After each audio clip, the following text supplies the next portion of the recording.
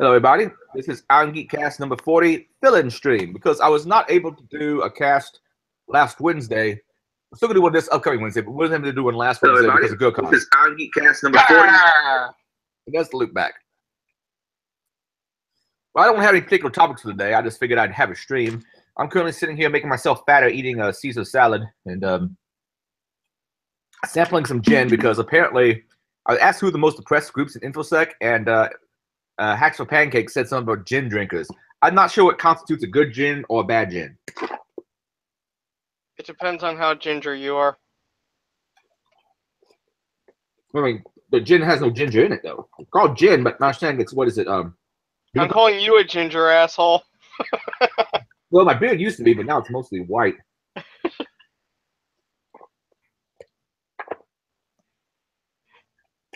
So what you been up to? Trying to recover post-PubCon myself. Trying to figure out how to get my life in order, but that's not a topic for a live stream. Where's PubCon at? Philly. Okay.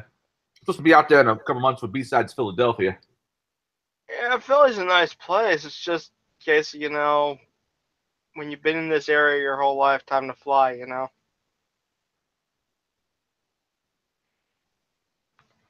Yeah, I remember seeing some insane person from Drexel University who was talking about he celebrated the concept of white genocide or something, and it was like one of these professors who was white himself, but he really hates white people. I don't really quite get it. You know, I'm just going to say this right now. People like that are just kissing ass in order to get some fucking poon is all they're doing. Whose poon is he trying to get? Fuck if I know. It depends on what he's into.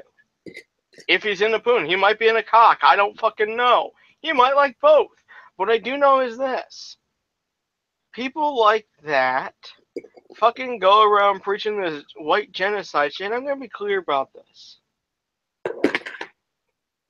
I'm watching this shit going, you know, I know they mean it ironically up to a point, but the problem is things like that don't fucking stay ironic. Things like that, when you use terminology like that, it goes from being ironic to, over the course of a decade or so, to being an actual fucking genocide. I'm sorry, but, you know, maybe we should distance everyone away from the idea that genocide in any form is a good idea, you know? Because that's how war crimes happen.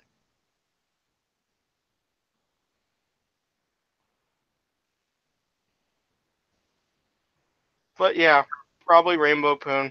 That's probably what he's going for.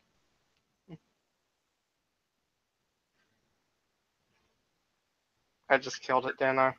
No, it's all good. Yeah, I was spent. When was PubCon? Was that this very last weekend? That was the 20th and 21st. Oh, say a little bit before that. Yeah, I was at GoCon. Well, it wasn't quite the weekend because it was Thursday, Friday con. But I had a good time. Saw some people I don't see us regularly. So met some new people who I've known online for quite a while, but I hadn't actually met in person, like Tawny and Brandon. Dude. I got to awkwardly oppress a few people. That's always good. Good. There's oppression, and then there's awkward oppression, and awkward oppression is the way to go. That's generally what I always do. You're being so oppressive right now. That's just it. You're oppressing my fifis. Okay, I'll stop.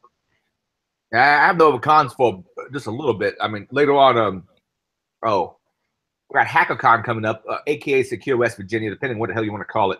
They officially changed the title Secure West Virginia because apparently they want to get some of the National Guard guys to show up, but they couldn't get the National Guard guys on with the name HackerCon. Hey, Trent, what's up? Hey, Trent. Trent, we can't hear you.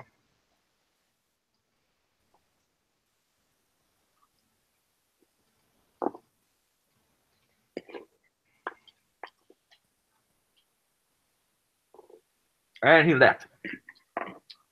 And what a shame.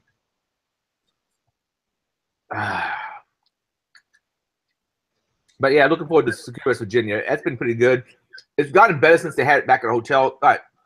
First HackerCon was at the convention center along with a gaming conference. That worked generally pretty well. But it's nice to be a trip to a hotel so you can just, go to your room real quick, do something like, take a dump, then come back down to the conference. The next free cons were all held at a hotel in West Virginia, in Charleston, West Virginia. That was pretty nice. Then they renovated, got expensive. The next two after that were held at the convention center again, but being disconnected from a hotel wasn't the best in the world. And then the last two after that have been at like a Holiday Inn in Charleston, West Virginia. And what wasn't as cool as the first hotel, they got a better deal on it, and it's pretty nice. And they have a cool parrot there. That gives me an idea. We need a hybrid hacker gaming con. Good. See, sometimes hybrid cons don't work so well. Like Nauticon.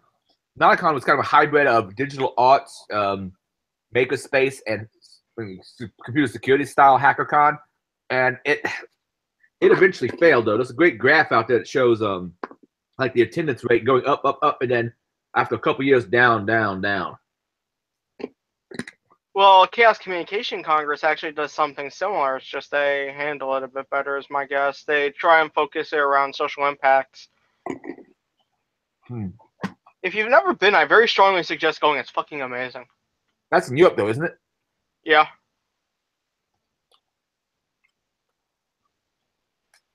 It felt like fucking Euphoria when I was there. Let's put it like that.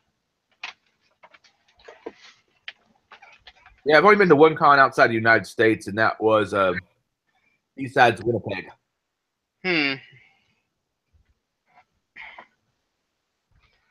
So CCC was my first out of the States. It was my only one out of the States. I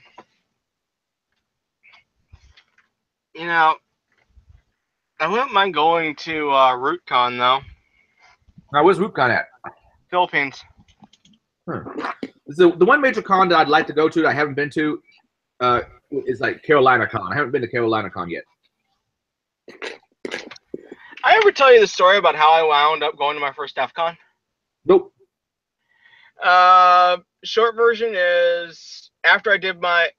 So I seem to remember you recording the talk I gave at B-Sides Delaware 2013 on game forensics. After that, my school was like, hey, we want to send you to a conference because you're starting to make an impact here. So I was like, okay, how about Hope? So I go to Hope number 10, and there I'm talking with names redacted, people from B-Sides Delaware, let's leave it at that. You know who they are. And what wound up happening was I made the comment of, I would love to go to DEF CON this year, but can't afford it.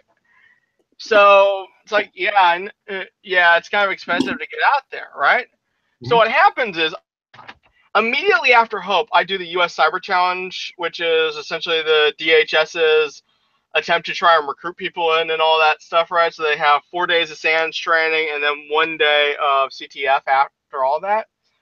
So I just completely kill in the CTF.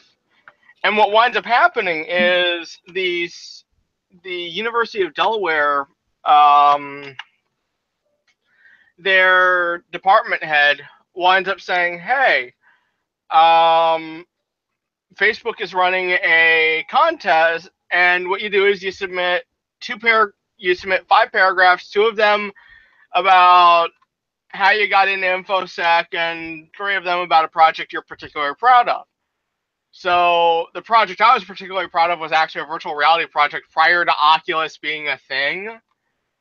And I wind up submitting that, and I wind up going to DEF CON on Facebook's pay, basically. Basically, Facebook paid me to go out there.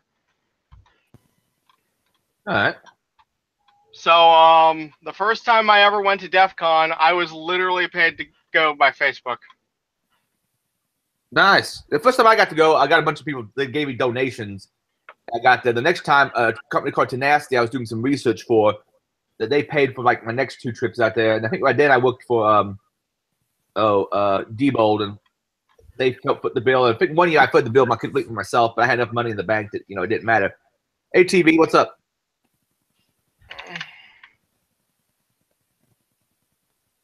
Yeah. I think a lot of people join and then they find out they have microphone issues. You know what I think the solution to microphone issues is? Plugging it in and checking if it's plugged in again. And if nothing else, try powering it off and powering it on again. Yeah. I just use the microphone built into my MacBook.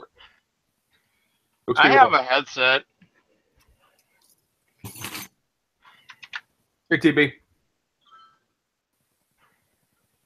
TB, we have video, but you're muted.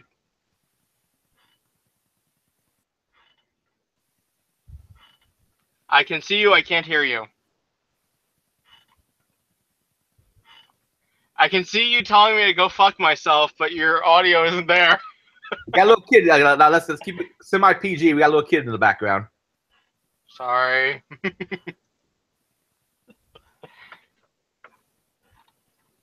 I hope I figured out. I sent the invite out there on my main Twitter. Just see if anybody wants to join in and just hang out for a little bit. This is not going to be a very formal stream. I don't have any particular topics. You know, I've got a topic for the stream. What's that? What's the deal with airline food? I don't know. I don't think I've ever eaten airline food besides the snacks, like, peanuts and pretzels that they bring by. I've never actually had, like, a dinner on an airplane. I actually have, but it was KLM, so it was actually Can you guys hear me now? Yeah. No, we can't hear you. We can only hear booming. All right. Can't hear you. Better. That's better. Is that better? Yeah. Okay, cool. You get this high-pitched screech, though, sometimes, huh? What you up to, That's man? weird. How you doing, Adrian? More or less okay. Overeating, overdrinking, making myself fat. Hey, Yeah, I saw you got rid of the beard. Yeah, I got rid of it. Now I can see more of my double chin. Working from home is not necessarily good for everybody if you don't have self-discipline. Yeah. Yeah, I do the same thing. But I can't eat anything, so I don't have that problem. Would you have, like, Crohn's or something? Celiac, among other things. Fucking hell, man. Yeah, it's a pain in the ass. Yeah, I got a buddy who has Crohn's, and he definitely limits what he eats because he, I want to say it's kind of almost like an autoimmune thing. When he starts eating it, his body freaks out. And so I take it to like something similar. Yeah, it is. It's an autoimmune disease. Same kind of thing. Well, it's good to know in an apocalypse situation, I'll outlive you all just by fat. Oh, you definitely outlive me. I eat like 3 things, and that's it. In an apocalypse situation, I just intend on saying, you know what, fuck it. And I'm just gonna walk right out into a fucking jungle or some shit. Yeah, apocalypse situation hits. I'm hoping that I just get hit by the A-bomb. Just make it quick and be done with it. Yeah, I'm the kind of idiot who would try and be on a plane so that way I'm far the fuck away.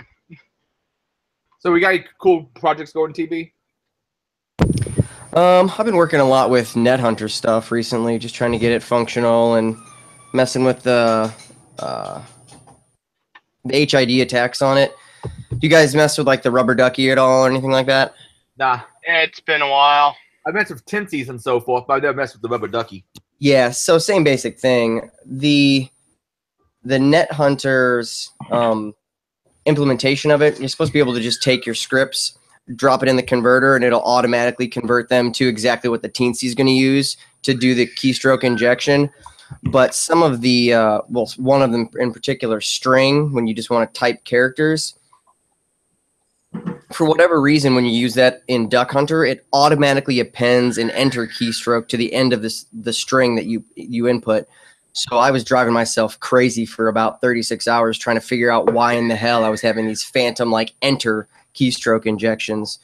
And come to find out, if you look in the Python code for Duck Hunter itself, it has a separate item for that. So it uses string like the ducky script normally does, but adds the enter. It interprets your line feed at the end of the line as an enter keystroke, and they created something different, which is just text. So if you just want to enter a string, but you don't want anything else to happen, you have to use text instead of string. So it's somewhat counterintuitive. Why would anyone use text instead of strings? Strings are the fucking text, goddammit. I know, it doesn't make any sense. I mean, I understand why you'd want something, if you want to make it just a more convenient way to have an item that you could enter a string and automatically hit enter, it makes sense. But make that called something else. Don't make something that's already pre-established that and then replace it with something else, because it makes people who are used to using that scripting language, it breaks all of your scripts. I had to go through and replace everything for what I use on the phone versus what I'll use on like a Bash Bunny or the Ducky or whatever. What exactly does the Bash Bunny do? So it can do a lot of different things. It can do like, Mubix's responder attack that he came out with a while ago.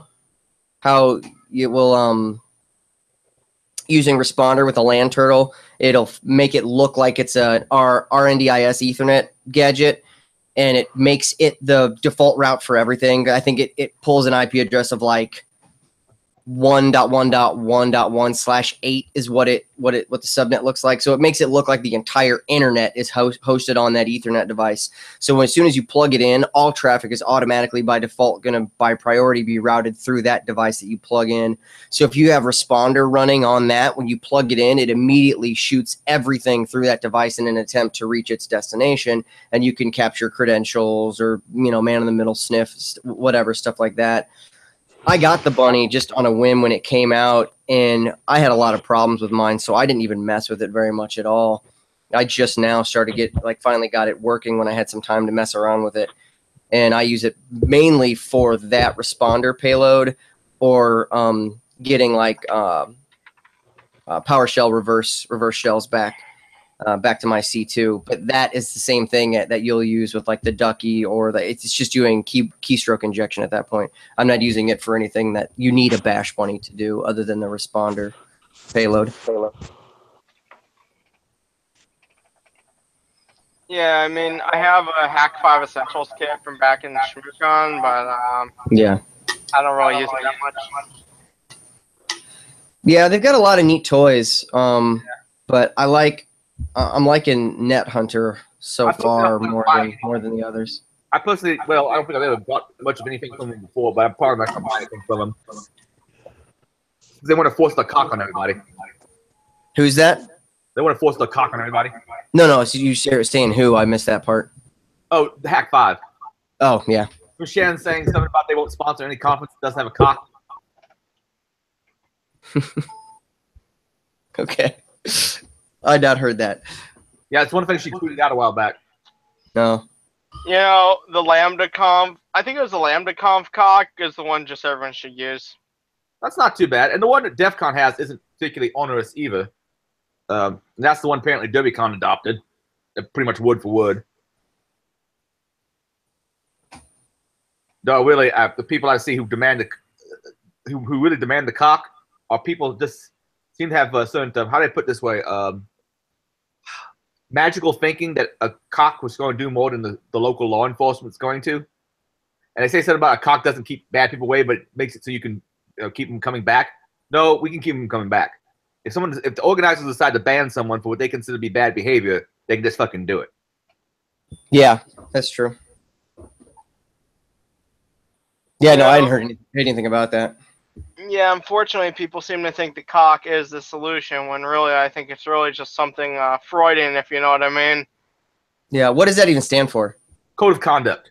Gotcha. Yeah, but they're looking very Freudian for that cock, I'm just saying. Yeah. I'm going to post in the chat my favorite cock.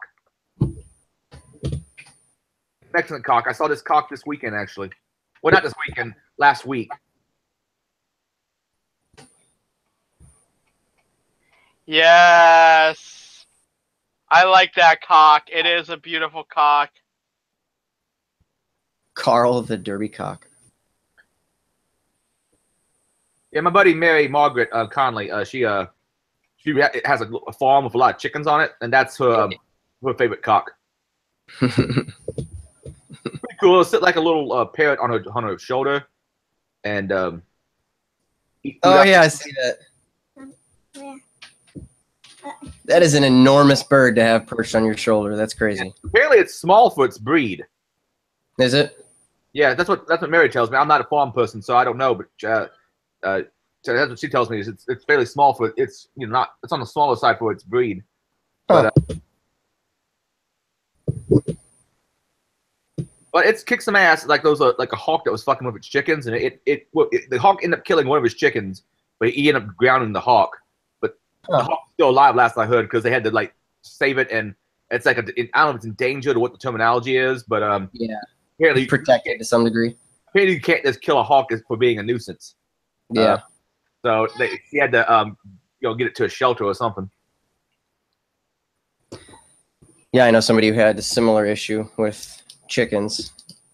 It was with an owl though, and they're having difficulties because it was picking them off, and you technically weren't allowed to kill it either. So it was a delicately handled situation, we'll say. I'm telling you right now, the cock looks like it needs more cock.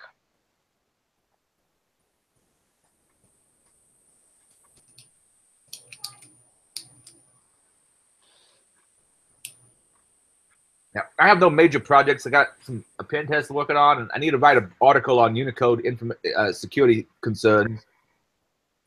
But what's that about? Unicode security concerns? Yeah. Just things like, and some of the stuff's already been done in the past, like domain impersonation attacks, where you can use characters from other alphabets.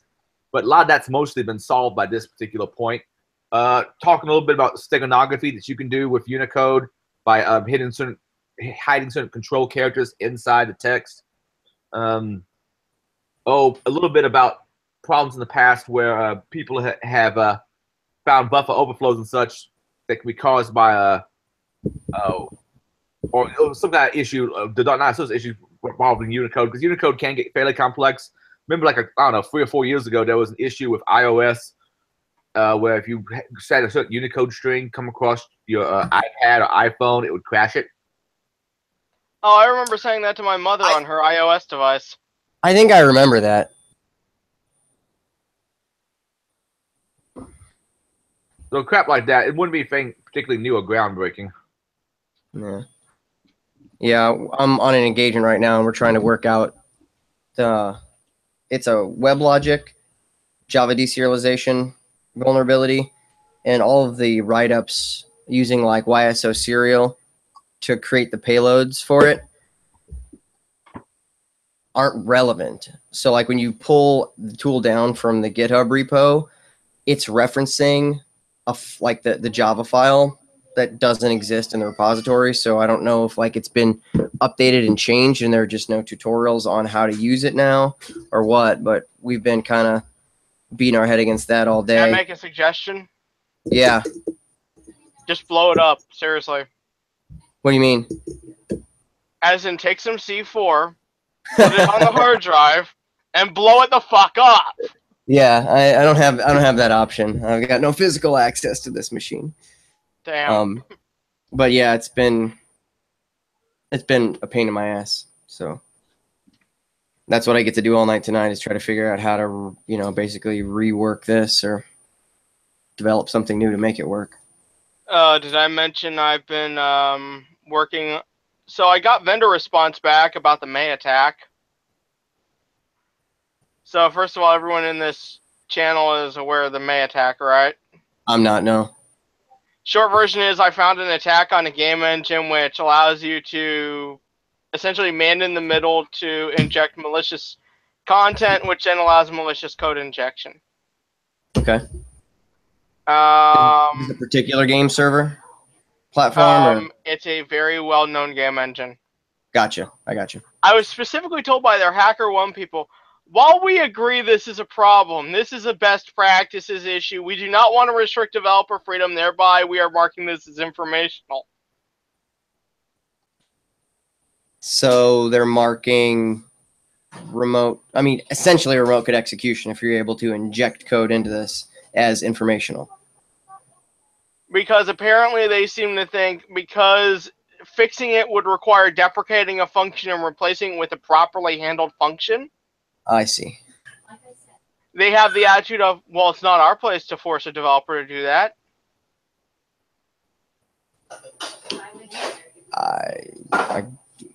Yeah, I don't have anything polite to say on that. So.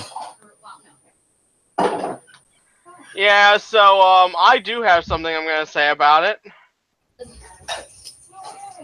I have submitted this as a talk for CCC and ShmooCon. I am also in the process of developing a paid fix because fuck them. I need to make money.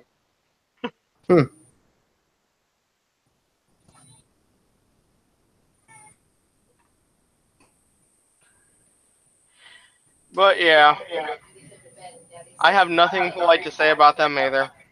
Yeah.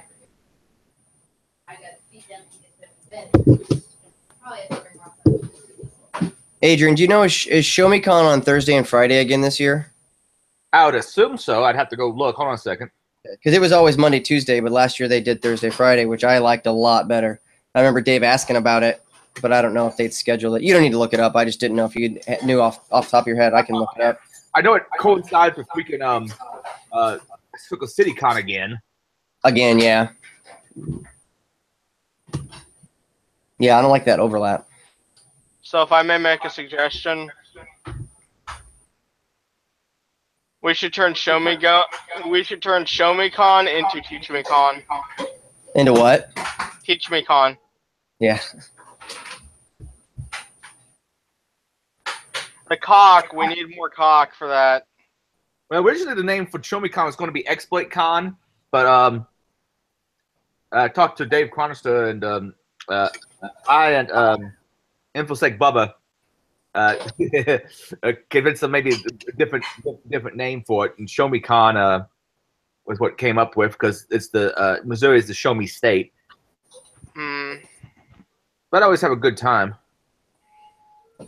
I just wish they didn't put it back to back with Circle City Con 2 years in a row. 1 year at least I had a day between them, so I could drive from one to the other, and it wasn't so bad. But this way, I have to actually send my equipment up with someone else to do the first day of Circle City, and then I have to catch up with them on a Friday night. Yeah. I'm still sad I missed Circle City this year.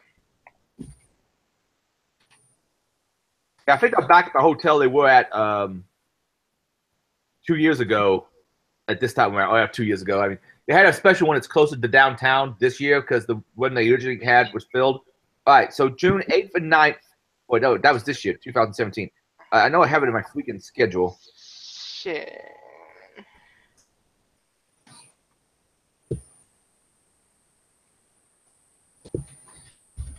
If I may make a suggestion.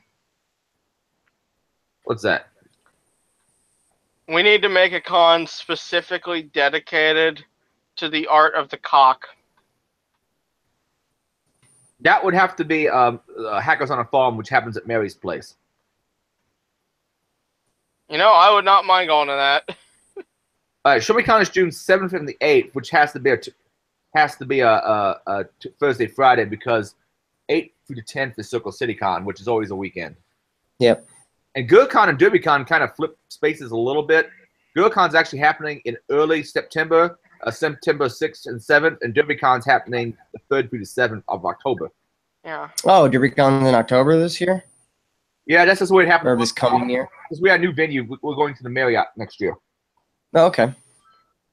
It gives us... So you're not going to the Hilton in Hanoi? No. Oh, dear God, that reminds me. Did you actually see the shit that went down involving the Hanoi Hilton and McCain with regards to Trump recently? Some idiot Trump supporter was going on about how Trump wasn't a war hero, or how McCain wasn't a war hero because he was chilling in the Hanoi Hilton because they thought it was an actual fucking resort. I think they honestly just grab these people because it makes good, terribly ignorant news. Sadly, I think you might be right. I think most of that. I mean, I don't watch any mainstream media news because it's all bullshit. I don't want to be lied to. I know plenty of people I can talk to. I don't want to fucking bother with the goddamn fucking fear-mongering bullshit. It's too fucking depressing. It is depressing. There is no doubt about that. But it's bullshit too. So why get depressed over nonsense? You know, I don't watch it. I don't engage in it at all. Last I checked, it was just a giant dick measuring contest anyway. Well, I mean, that's pretty much politics. Wait, hang on. What are you talking about many blood-sucking creatures for? Quite apropos. That's why y'all need to elect me dictator. Well, I don't think you can elect a dictator, Adrian. Just go take it. Well, no, dictators often get elected, and then they get more and more power, and they accumulate. I suppose. Yeah, I guess that makes sense. In my understanding, Hitler got completely legitimately elected. Yeah, he was elected chancellor in '39. Then kept seizing more power. Yeah, and then just basically took it from there. I have an important question, though. Does this mean we get more cocks? You can have all the cock you want. Yeah, that's what I say.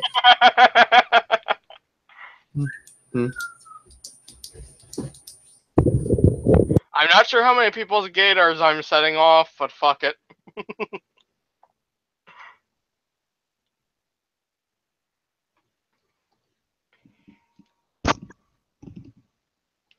So illustrious Nightshade is in the chat, as well as I'm trying to find the person.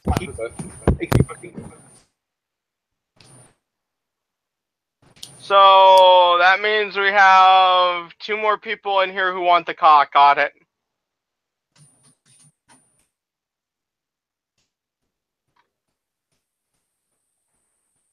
I've been sending out those Trevor Forget stickers. A bunch of people. I have a bunch of people send me some self-addressed stamped envelopes. And while supplies last, I've been sending out like 20 of them to each of them. So hopefully they'll distribute them amongst our local hacker people. People I'm not going to necessarily see, because the only conferences I have left for the rest of the year are HackerCon, or AKA Secure West Virginia, and B-Sides Philadelphia. Then I think I got nothing until, I'm not sure what comes next. B-Sides Huntsville or B-Sides Huntsville or B-Sides Columbus. We keep trying to figure out a way to be able to make it to DerbyCon, but just logistically, it hasn't been able to work out for us yet.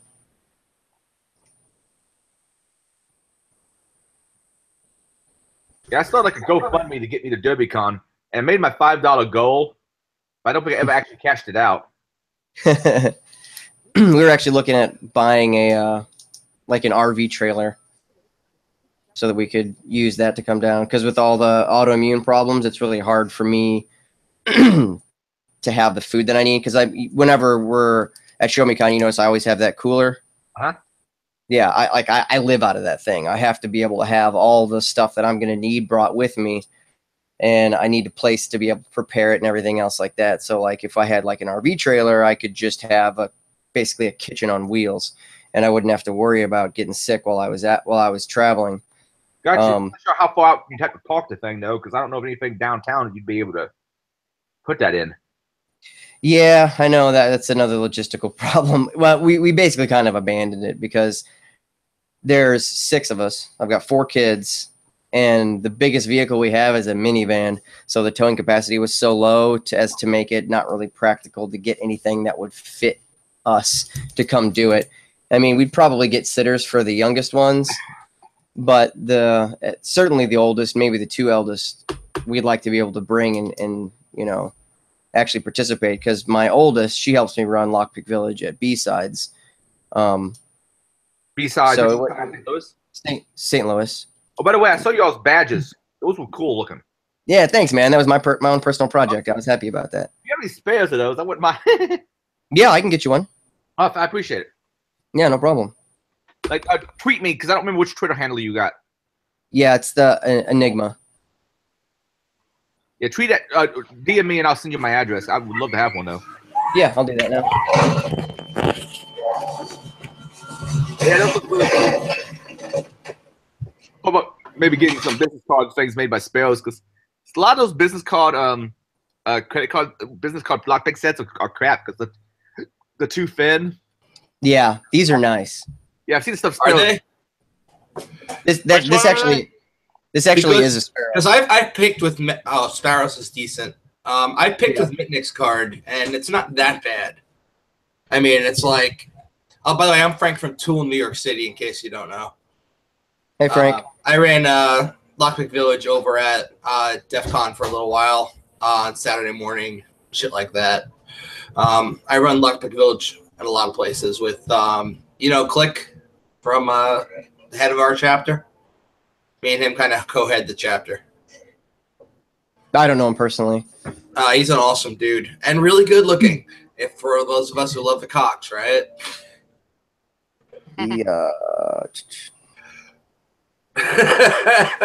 No response to that shit. No, sir. Dude. So, happy Halloween. I'm sorry to have interrupted the live stream. I just hopped on. I didn't know that it was going on. Nobody told me until last I didn't really think about it until 5 o'clock today. I was out at my uncle's place showing it to a realtor, and I was like, damn it, I need something to do tonight, and I'm going to drink a little gin and talk to some people and make up for the fact that I didn't have a stream last Wednesday. I've been cleaning out my gear. Check this shit out. Look how much crap I got that I got to go through. This is just all computer shit that I have to go through, and like medical tablets and all that stuff.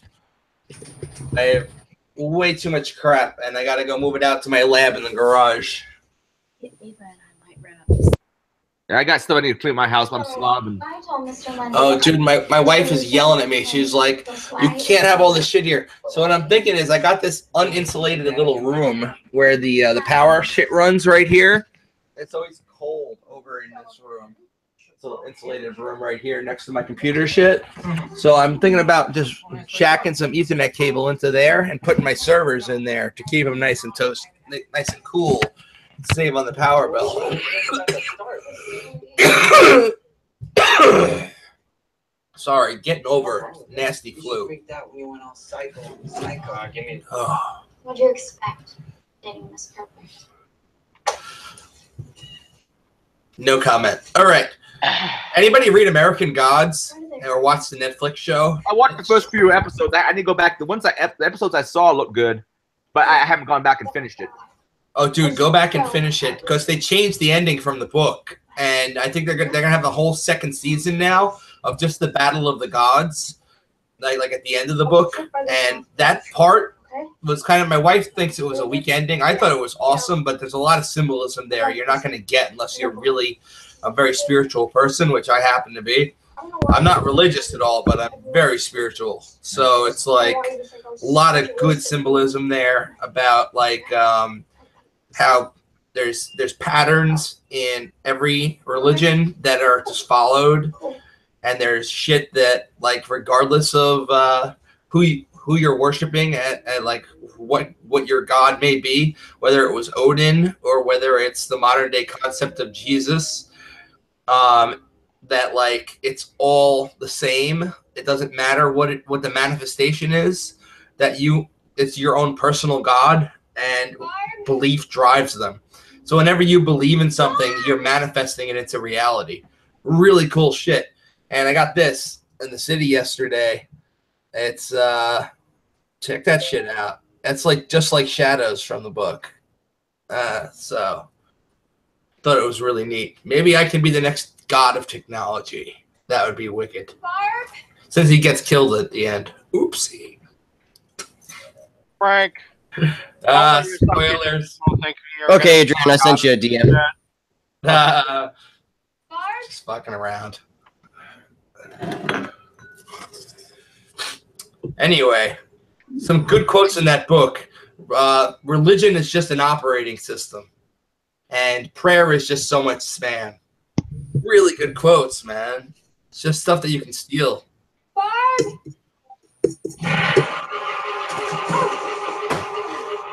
Anyone watch Kung Fury?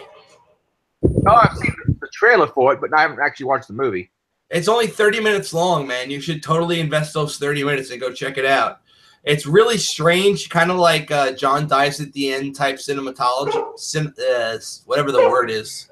But it's just awesome. It's like amazing. And the trailer for it when he hacks himself accidentally back in time is hilarious.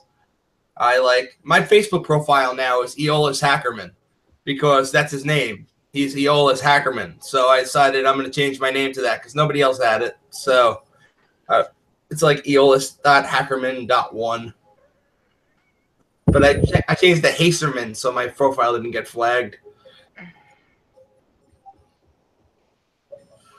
Speaking of flagged and shit, man, I posted so many talks from GurCon this last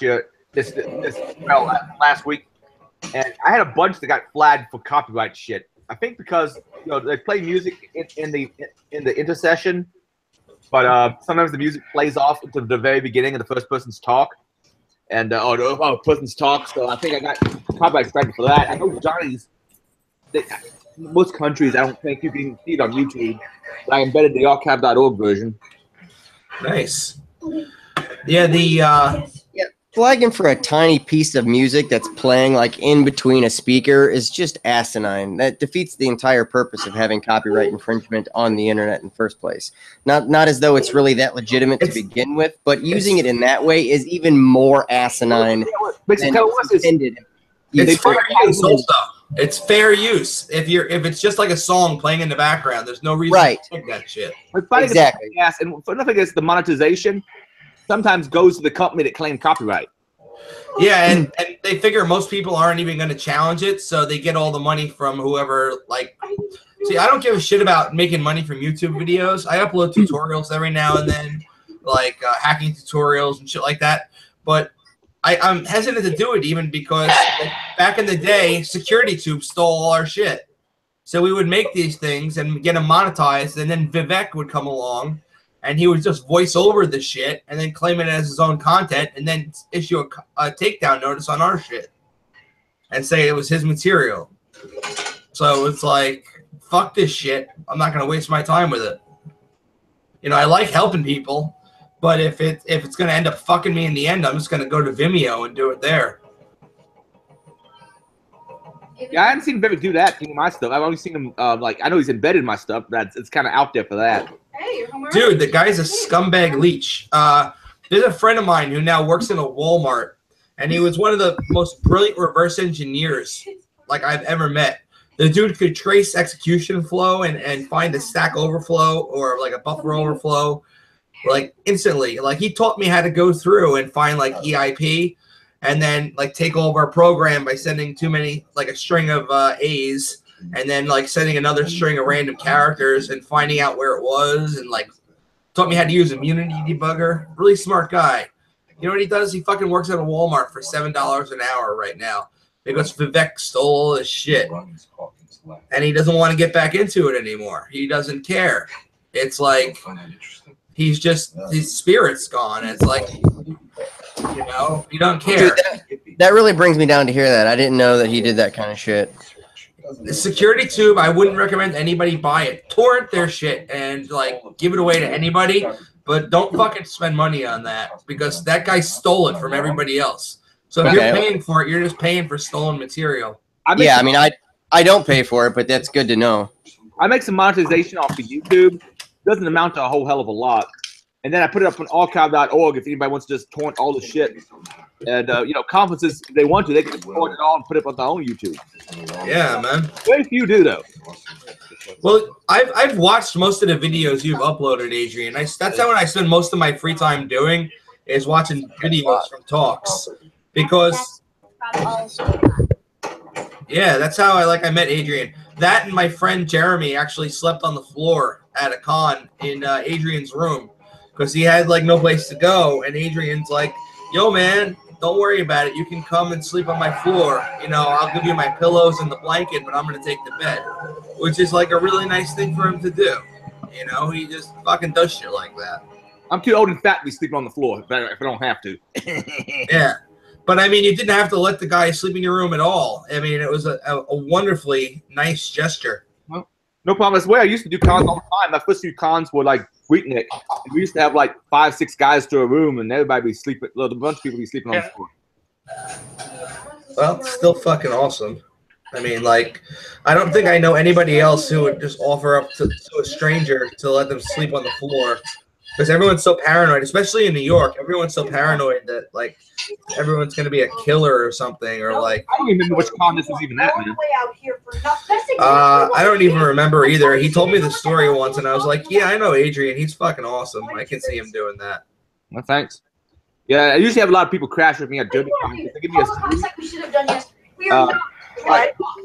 Con is so much money for the, oh, some What's that in the background? background. It sounds like someone yelling. So I was at a park a while back, like 3 weeks ago, and I go in my car a lot and fuck around with it because I like to hack shit, and I hack my own car and hack everything. And I was. But are you drinking all the booze when you're hacking all the things?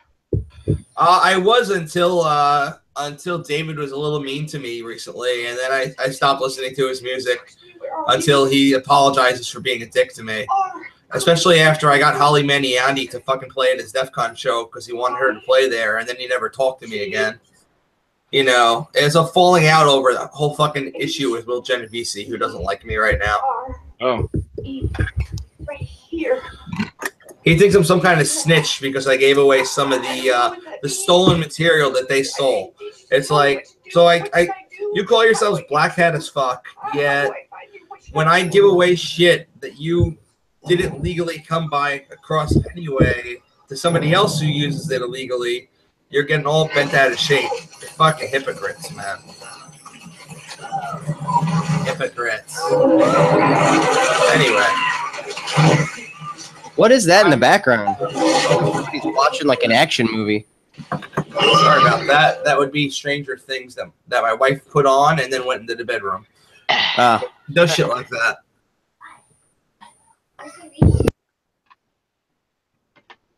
Oh, look, there's a little kid there. Sorry, kid. I didn't mean to curse in front of you. Hey, hang on. I have the proper words. Hi, kid. Happy Halloween! Happy Halloween. May you get all the candy. And then don't let your dad eat all the good stuff. You give him the shit you don't want. And Yeah. if someone says I have candy in this van, just tell them no. Yeah, there's no problems there. Her dad can't eat anything. You can't eat anything? Not even peanuts? No. Peanuts? No peanuts? Nope.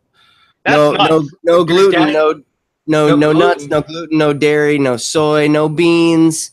So nothing fun at all? What do you... Some fruits I can't have, no grains really.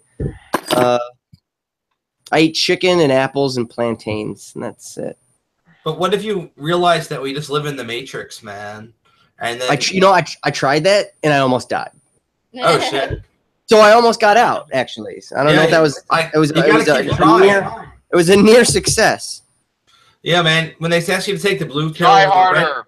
Blue pill or the red pill, you say no, and you take both of them. You put them together, and you take that yellow pill. Actually, you know what? I have an excellent. That would be the purple pill, but I have an excellent Purple pill. Yeah. I have an excellent write-up on the taking of both pills in the Matrix. Do you? Can you link me to that? I have to put it. It's in a book that I wrote that I've published, but I can probably put that that piece of the place up. Yeah, put it as a blog article. Yo, I registered a few domains recently. I got leaked. It's about hallucinogens. It's about hallucinogens and how the mind, like how hallucinogens function in our mind, and it stemmed from a molecular structure study that I did like way back when I was in high school on them. That's awesome. You know, when you think about it, our reality really is just a giant computer simulation. Computer is a quantum computer, and it's the universe, and it's one of many universes, all existing simultaneously. Really cool shit when you get really into it. Like, found this really cool YouTube channel called Higher Self.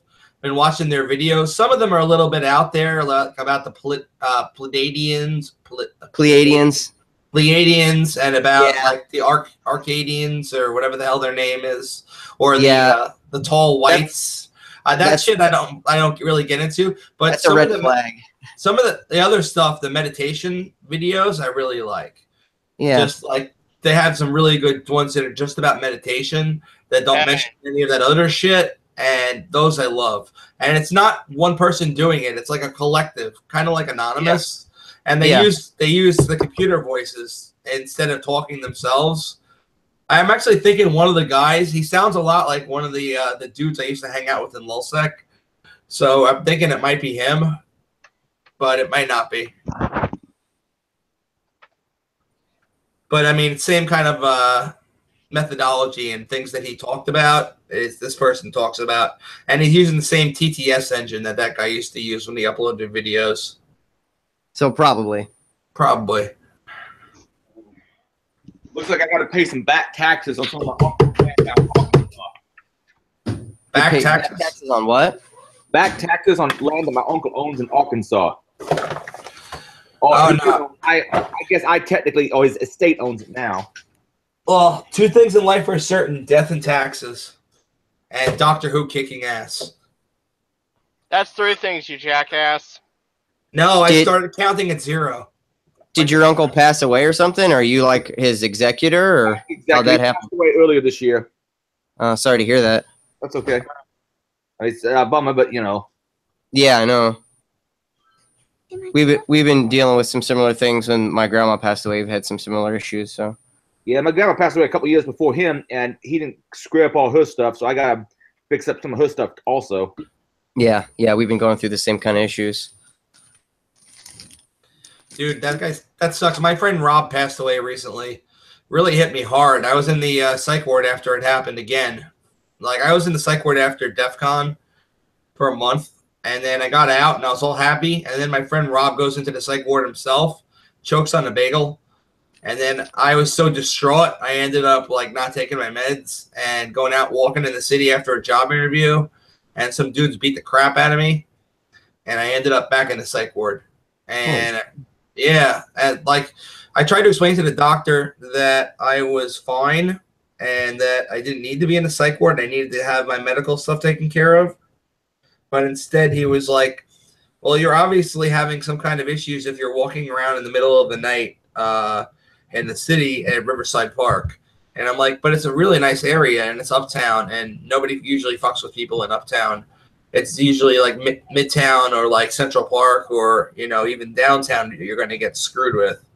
And he's like, well, you're not making any sense right now. And I think you're distraught. You mentioned your friend died. I'm going to have you admitted to the psych ward. I'm like, what about my wounds? What about my leg that's all bashed up? What about, you know, my kneecap still hurts like every time there's humidity. And it's like they didn't have any of that shit checked out. Just like they treat you like a second-class citizen if you have any history of mental health issues. Yep.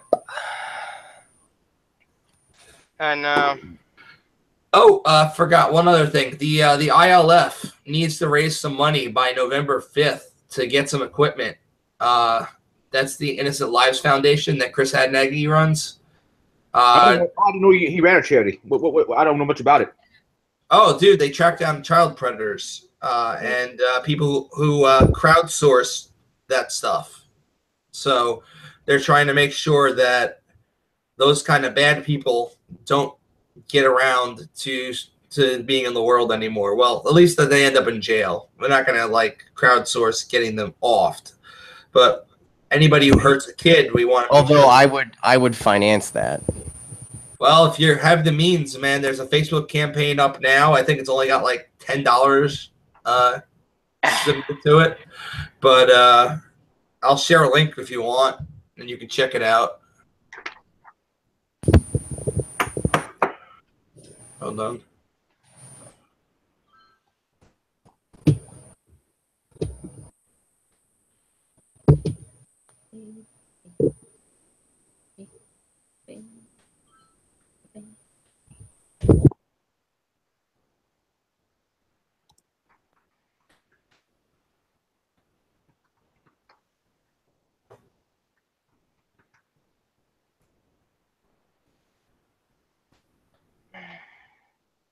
And the collector down there in Arkansas seems a little fucked up. Like, I like to have a nice notice that says, make payable to X particular name.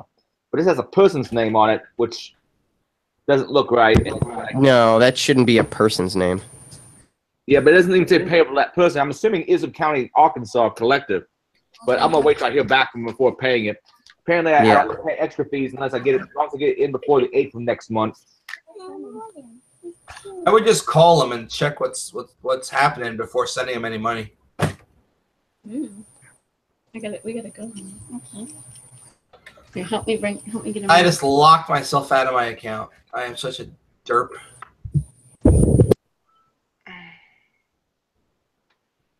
I two-factored it and then used the wrong token.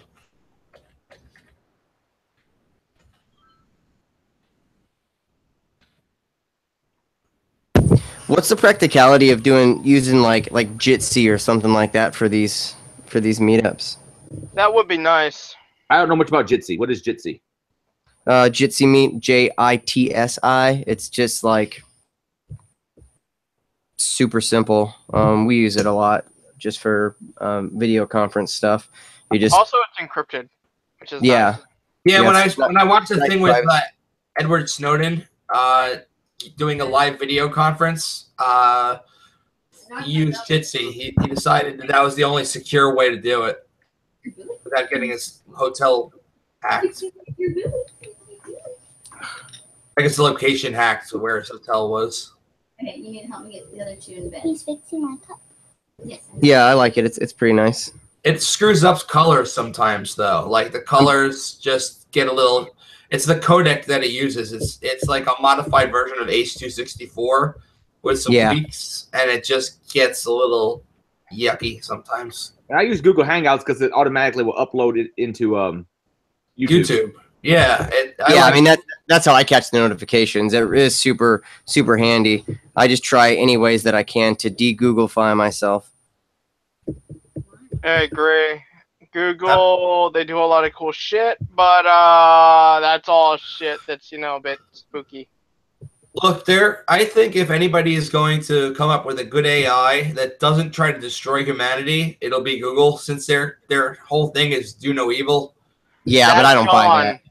I don't buy that. Hang on. Their thing is no longer do no evil, though. It used to be. Look, they're a company and they have a responsibility to their shareholders and all that. But at the same time, I think that Larry Page and the rest of them are not bad guys.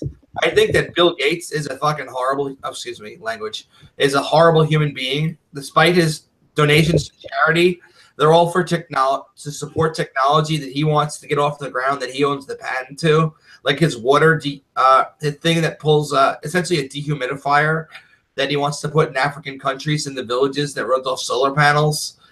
He goes, he's going to give it to them for free and have them people donate to the Bill and Melinda Gates Foundation to pay for it, and he'll match it. But he owns the patent on it. So if they donate one and then somebody else sees it and wants it, it's just advertising for them. And that's what people don't get. They think, oh, they're so charitable. They get this huge tax write-off of like $1 million+ because they're billionaires. And it's just because they're clever and they realize that there's loopholes in the system and they're actively exploiting them. Just like their call centers are no longer in Seattle, they're in India, and they had to lay off all those people. It's not.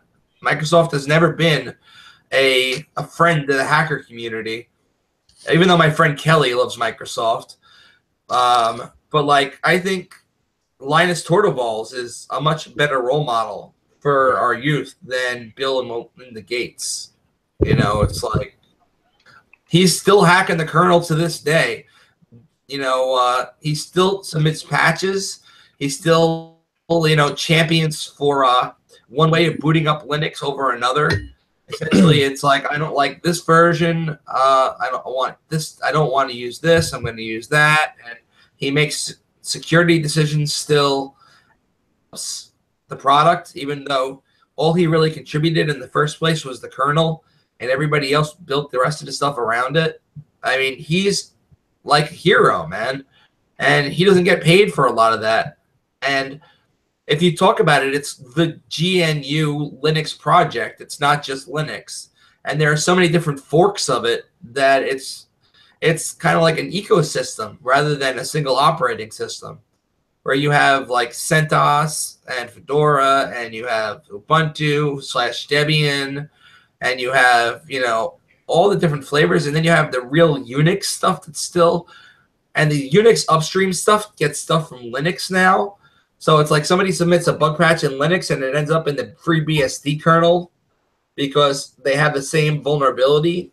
Like Dirty Cow affected FreeBSD too because it was using Bash, and the born again shell existed in both places, man.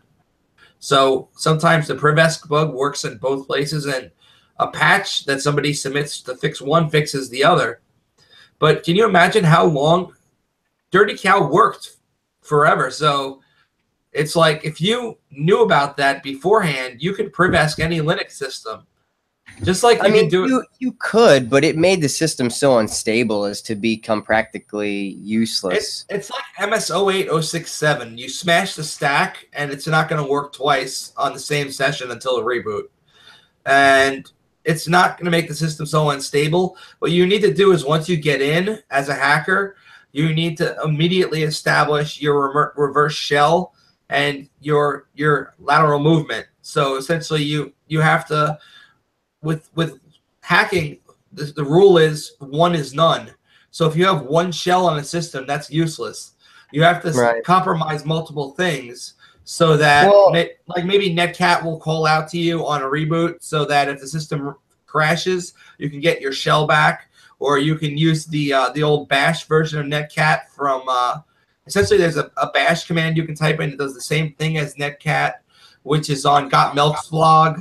I mean, there's so much stuff you can do that makes it. Yeah, no, I agree, but on a more fundamental level, Dirty Cow just makes the system a lot more unstable than like MS-08067 does, or even like the Eternal Blue. I mean, I've run both of those, the Net API and Eternal Blue on boxes tons of times, and not had the system require a reboot to be functional. Dirty Cow running Eternal Romance is pretty damn stable. That's the privesc one, right? Yeah. Yeah. I mean, it's like you could have like a low privilege account that you compromise that can't even do anything, like a service account that's not running. It's running as like network service, so it doesn't have system access, right? So it can't do shit. Excuse me, I keep saying bad words, and you have children there. I'm really sorry. You need to get headphones. Anyway, I couldn't find them. I was looking for them. I couldn't find them. So it's like there's so many good exploits out there that once you got even a low priv shell, it's only a matter of time until you find a way. Even if it's just through like the quoted service path thing on a Windows box, you know, like some programs they'll still install without putting quotes around it. So if you can put an executable at c:\program.exe, it'll run that because it doesn't have the quoted service path. So it looks for program.exe first because there's a space, you know. And then if that doesn't work to the next directory, program files, then program.exe, you pop that in there with your shell, the reverse shell that's precompiled. Anyway, I'm talking too much hacking stuff. Let's talk about some sci-fi or something. I mean, it's Halloween after all. Is anybody watching any good Halloween movies? Actually, wait, is today Halloween or is tomorrow Halloween? Tomorrow's Halloween. Tomorrow. Well, it's tomorrow's Halloween, but today is Hell's Night, as described in the movie The Crow. So I recommend you watch The Crow tonight if you're going to watch any movie. Crow was pretty good. Dude, Brandon Lee and that family are just cursed. It's like the curse of the dragon, dude. Well, besides him and his dad, I mean, has anybody else had anything majorly bad happen to him? I mean, they both died the same way with a stunt gun having a fake, essentially a stunt gun misfiring at them. Wait. That's how Bruce Lee died with a stunt gun also? I'm pretty sure they both had the same thing happen. I was reading something about it a while back, and if I remember correctly, they both died the same exact way. I didn't know that. The stunt gun, man, it misfired. So I say I know Bruce Lee some kind of accident, but I thought it was a little bit mysterious. I don't. It was an accident on the set with prop gun. They don't really elaborate on how it happened like they did with Brandon Lee, but I believe the working theory is that they both died with a prop gun. For Lee, yeah, that is the case for Brandon, but for Bruce, it was tragically Lee had died 1 month earlier on July 20th in Hong Kong after suffering a brain edema believed to be caused by an adverse reaction to a pain medication. Really? It was a pain medication. Wasn't the pain medication because of something that happened on the set, though? He was shot with a prop gun. I don't think it was gun. I don't think he was shot. I think it was some other kind of injury, maybe. Okay. Well, I remember he got hurt on the set of a movie, took something, and then died. So, well, the kind of movies he did, I imagine he got hurt a whole lot. Yeah, I bet. Well, they insisted on doing their own stunts. That was just the way that it was done in that family. You know the guy from Shaun of the Dead? That guy does his own stunts too. I think that's awesome. Yeah, apparently his mama was like half German. Which guy are we talking about now? Bruce Lee. Okay. I'm not sure what exactly Brandon's mama was Caucasian of some variety, but Bruce was like a quarter German. Apparently, he actually had blonde hair when he was a little kid. Wow. Like a baby, you know. Whoa, my phone goes ding, ding, ding, ding, ding. Telemarketer. The kid does not want to watch that. No, no, no, no, no, no. No.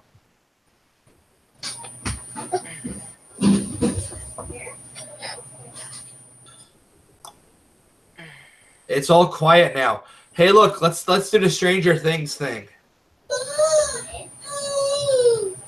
You know, you're starting to get pretty strange. I've always been pretty strange. You just never noticed it. Oh, I've noticed it. You're just getting stranger with these things. Sorry. I'll pull back. That's what she said.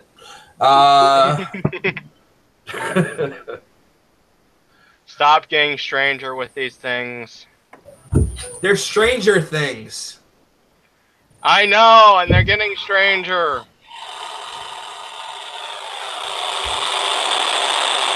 Hey, any ghosts out there? Say hello to the internet.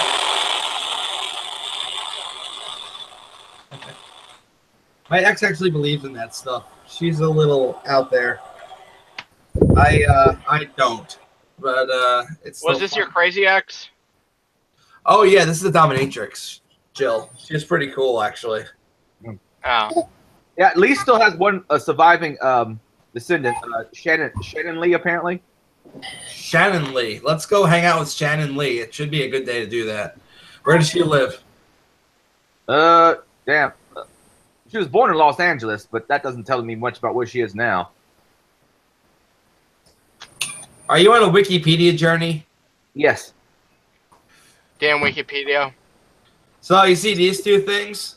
These are both the same thing, essentially. They're little portable smart routers by TP-Link.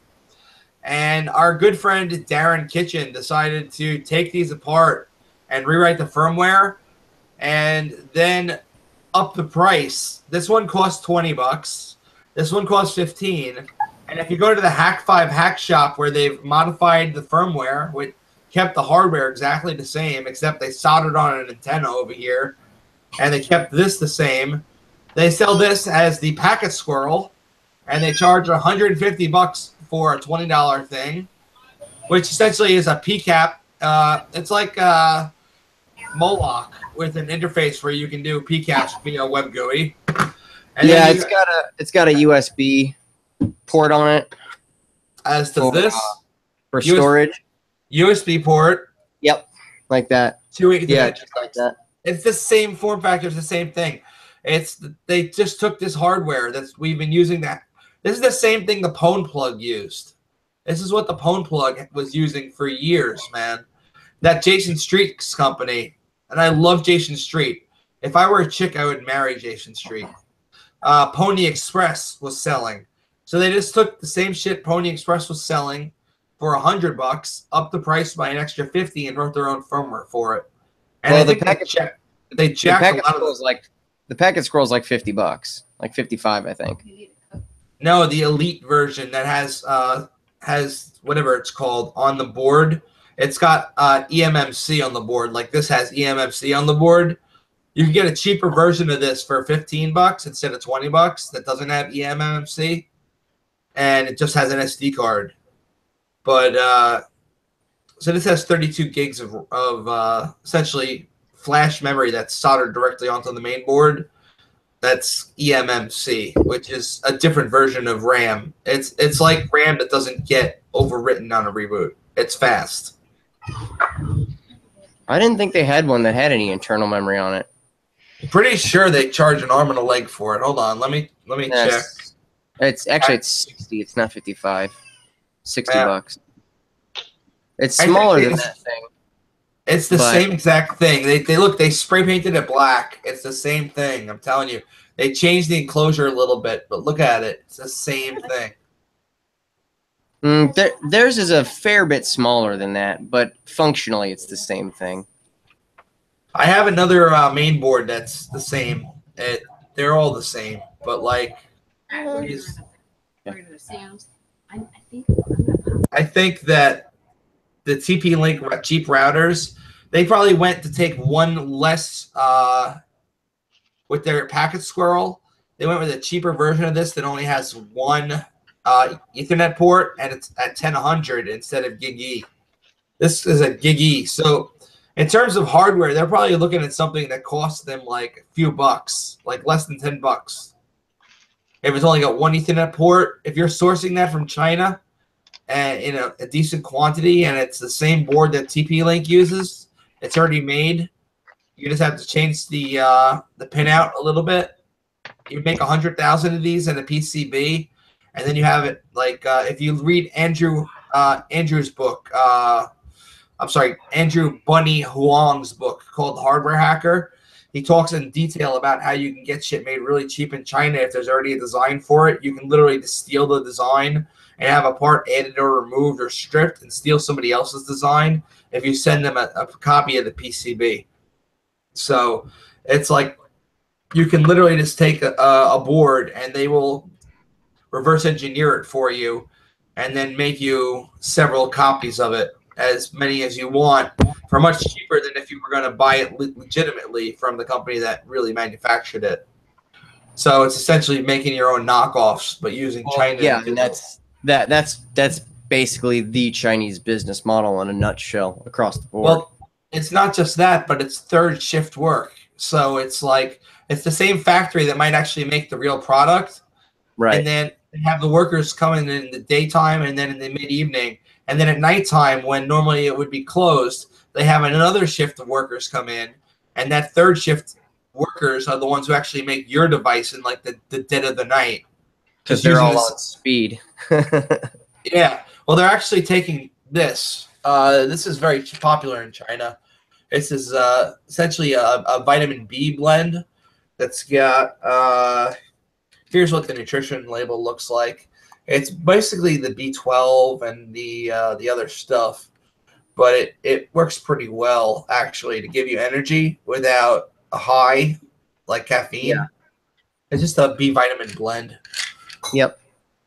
So it's like thiamine, riboflavin, niacin, B6, folic acid, B12, as cyabalsamine, biotin, cyanocobalamin. That too. Very good. That's B12. And so I'm reading my Bible right now, and it's telling me proof of concept to get the fuck out. Hold on, I got actually it's in the garage. I do have proof of POC or GTFO, and I know they got the 5 stars on the back.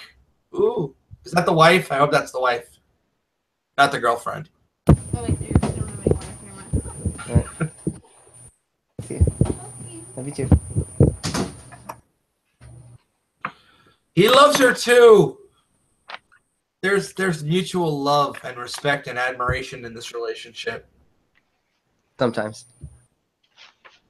And sometimes she just tolerates them. There is clearly something going on behind the scenes. It must be bondage. I say Eve's on the bottom. Amen to that.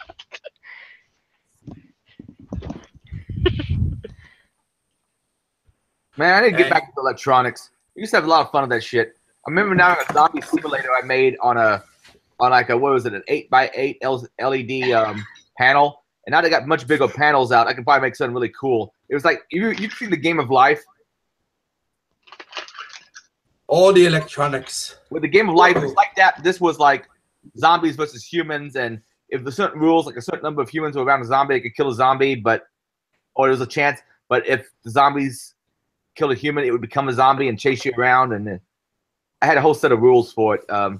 But I need to do it again on one of these bigger matrices. There is no matrix. It's all in your mind. What's going on, guys? Hey. How much, Tom? What up? How y'all doing? I'm bad, man, because it's raining here in New York on Long Island where I'm at, and I really want to go out, and it can't rain all the time. That's a quote from The Crow. That's one of my favorite movies. I was hearing y'all.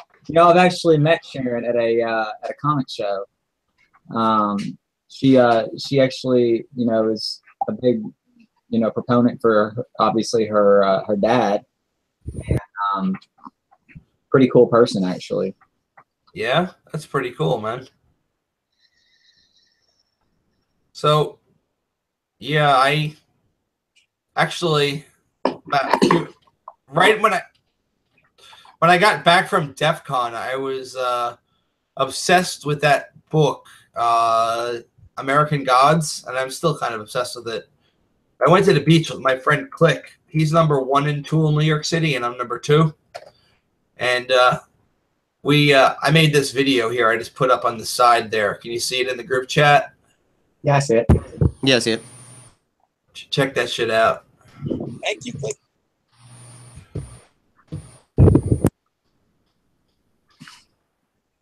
What is it, a UFO? What is this?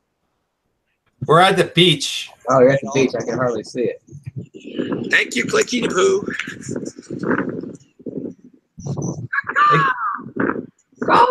There were crows at the beach. Here's another one. In the middle of the night, there were crows at the beach. It was really wicked, and they were filming a movie with a boat, like right on Silver Point Beach Club. It's where I grew up. I went to Silver Point. Just come find me if you can. So y'all talking about all the Hack 5 hardware that's been cloned? Yeah, man. So like, look, this is not something that's worth the money they're charging. They wrote some decent firmware and they have to pay their staff.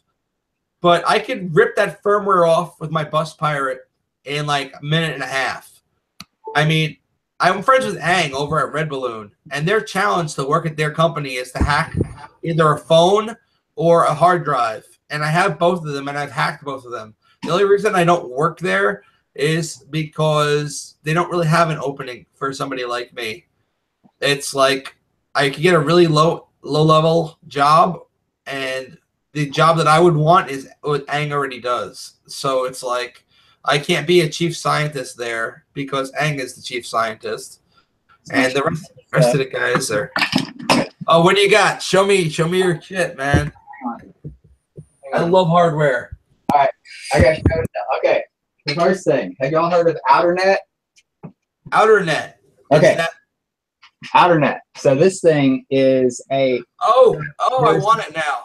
Okay, so there's an Intersat satellite that's been decommissioned. Okay, and the codes have been released, and there's a couple people. Somewhere in the United States that have authorization to upload to it, and they use this thing They use this guy here. It's got a thing called a chip, and it has some onboard storage. It's like a $5 computer, and then you have an RTL SDR. Yeah, is that an Arduino?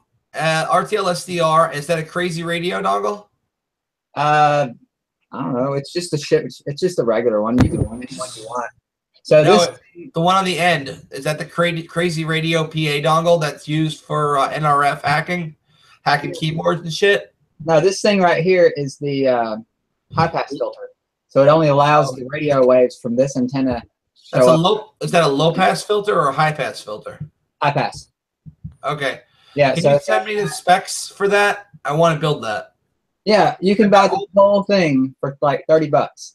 I don't need to. I've got all the equipment for it right here. Well, I'll tell you what. Literally got it sitting right next to me. I've got everything I need to build that. A LNA filter. Hold on. I have an LNA filter on a Raspberry Pi already. Well, that's all it is. It's an LNA filter for whatever this frequency is. I don't know. It's a satellite, so it's got to be around 3 gigahertz. So it's KU band, whatever that is. It's between KA. So KA is 3 gigahertz. So KU has got to be somewhere around there. Yeah, so around that. So I got that's one little toy. This thing's neat. When you have no internet at all, this thing's the best because you can get weather data. You can send. Can you transmit with a hack RF to that? Because that's using RTL SDR, so that's receive only. Can you also transmit? So hack RF, you can actually if you transmit at that frequency, you can. But so I've got my hack RF PortaPack. Yeah, I broke the screen on my PortaPack. All built in. Well, you know what I see? I 3D printed this thing. You see this thing I made? Yeah, man. You 3D printed that? I have a metal version of that. Yeah. So I've got a little rib around it so that it doesn't hit the screen when I lay it down. Cool. That was the problem. Yeah. So it gets like this. That's how I store it. So that's another toy. So and here is the smallest router I've ever seen, and this thing runs OpenWRT. And this is my PoE injector. So what it has is, yep, got one. It has 12-volt power, 48 volts, 802.3 AF power, and then it passes through to this little Wi-Fi router, which runs OpenWRT, which is kind of cool. That is pretty neat. That's my field service thing. And then I've got my land turtle. And then this. Dude, I just got the new one, the new land turtle, and that's the Tetra. And then I got another Tetra. Oh, that's not a Tetra. That's the that's the Tetra. That's the Nano. And that's the Tetra. Whatever this is, Nano. And that's the Nano, and that's the That's the same thing I got right here. That's the TP link. Yeah. So these run OpenWRT, and you know what I use these for the most? Using Chaos Commer on this one. What's that? Chaos Commer. It's really good firmware. Yeah. You can put a thumb drive in here with Chaos Commer and have it boot off the thumb drive, and you can have it boot into the Raspberry Pi OS, and then you can remote into it.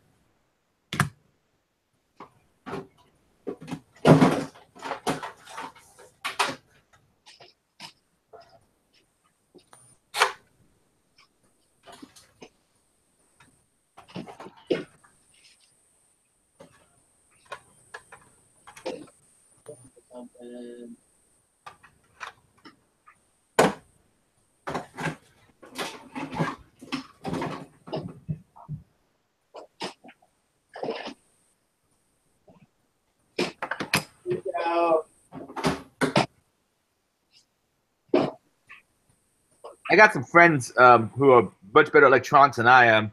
They don't want their name attached to the project exactly, but they're interested in designing it, and I'd sell it maybe through my branding or something.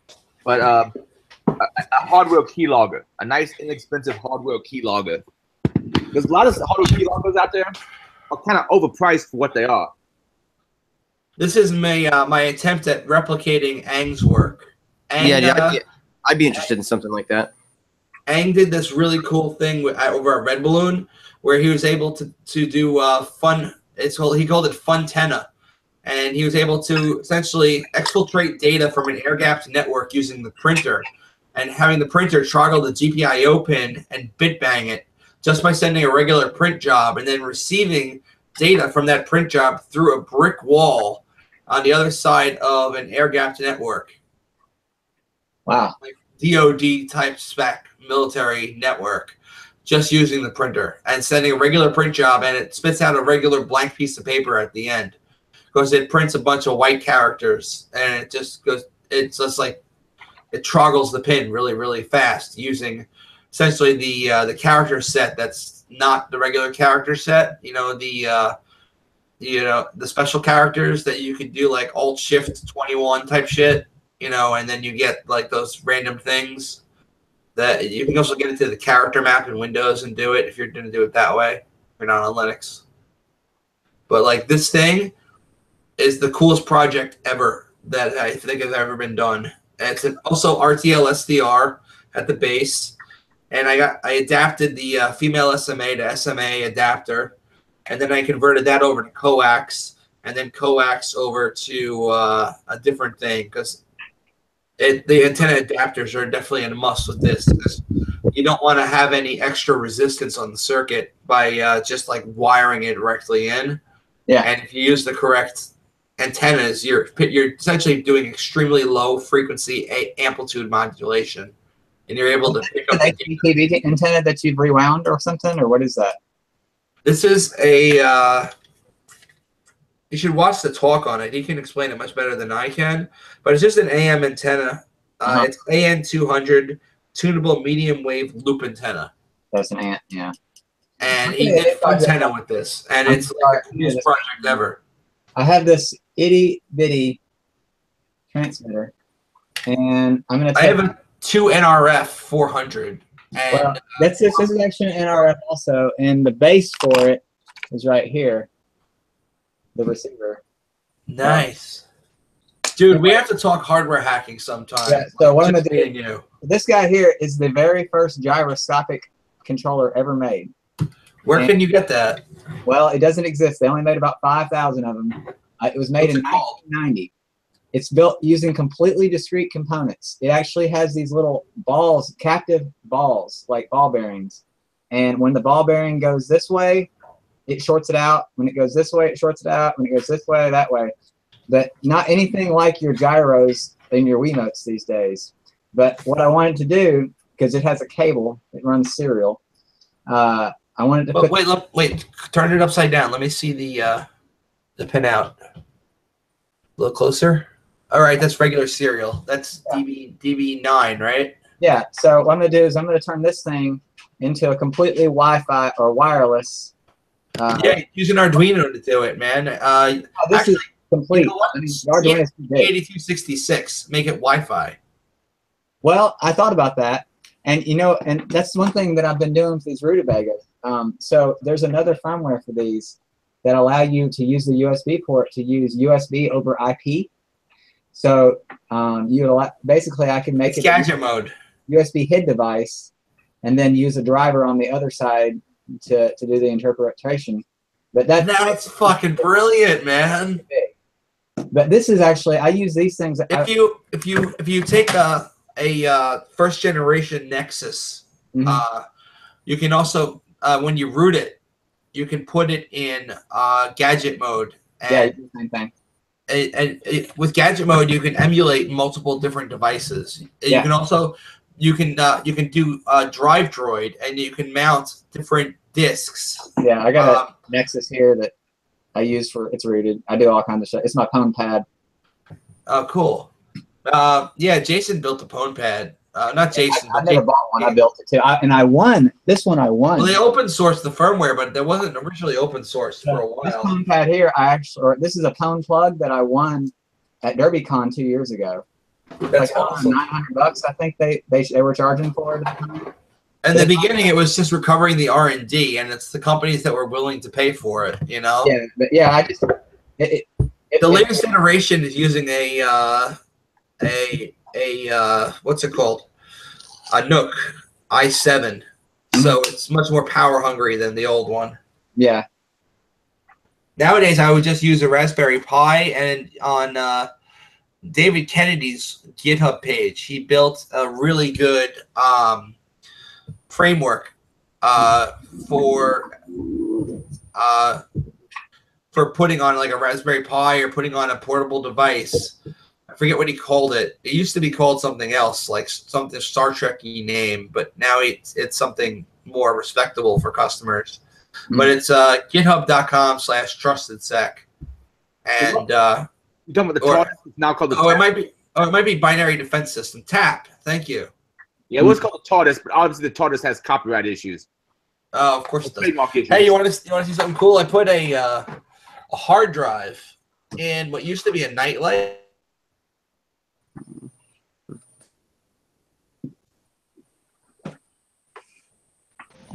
Hello, my fellow cock fiends. I am Pack. We're on USB port.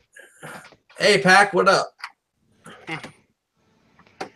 Yeah, Another thing man. I was thinking about. Sorry, y'all go ahead. Another thing I was thinking about taking is one of these fidget spinners. So now when I'm using my thumb drive, it does this. Actually, Pretty cool, right? It's the Raspberry Pi drive. One device at a time, guys. One device at a time. Take turns, please. I'm sorry, I just love my hardware.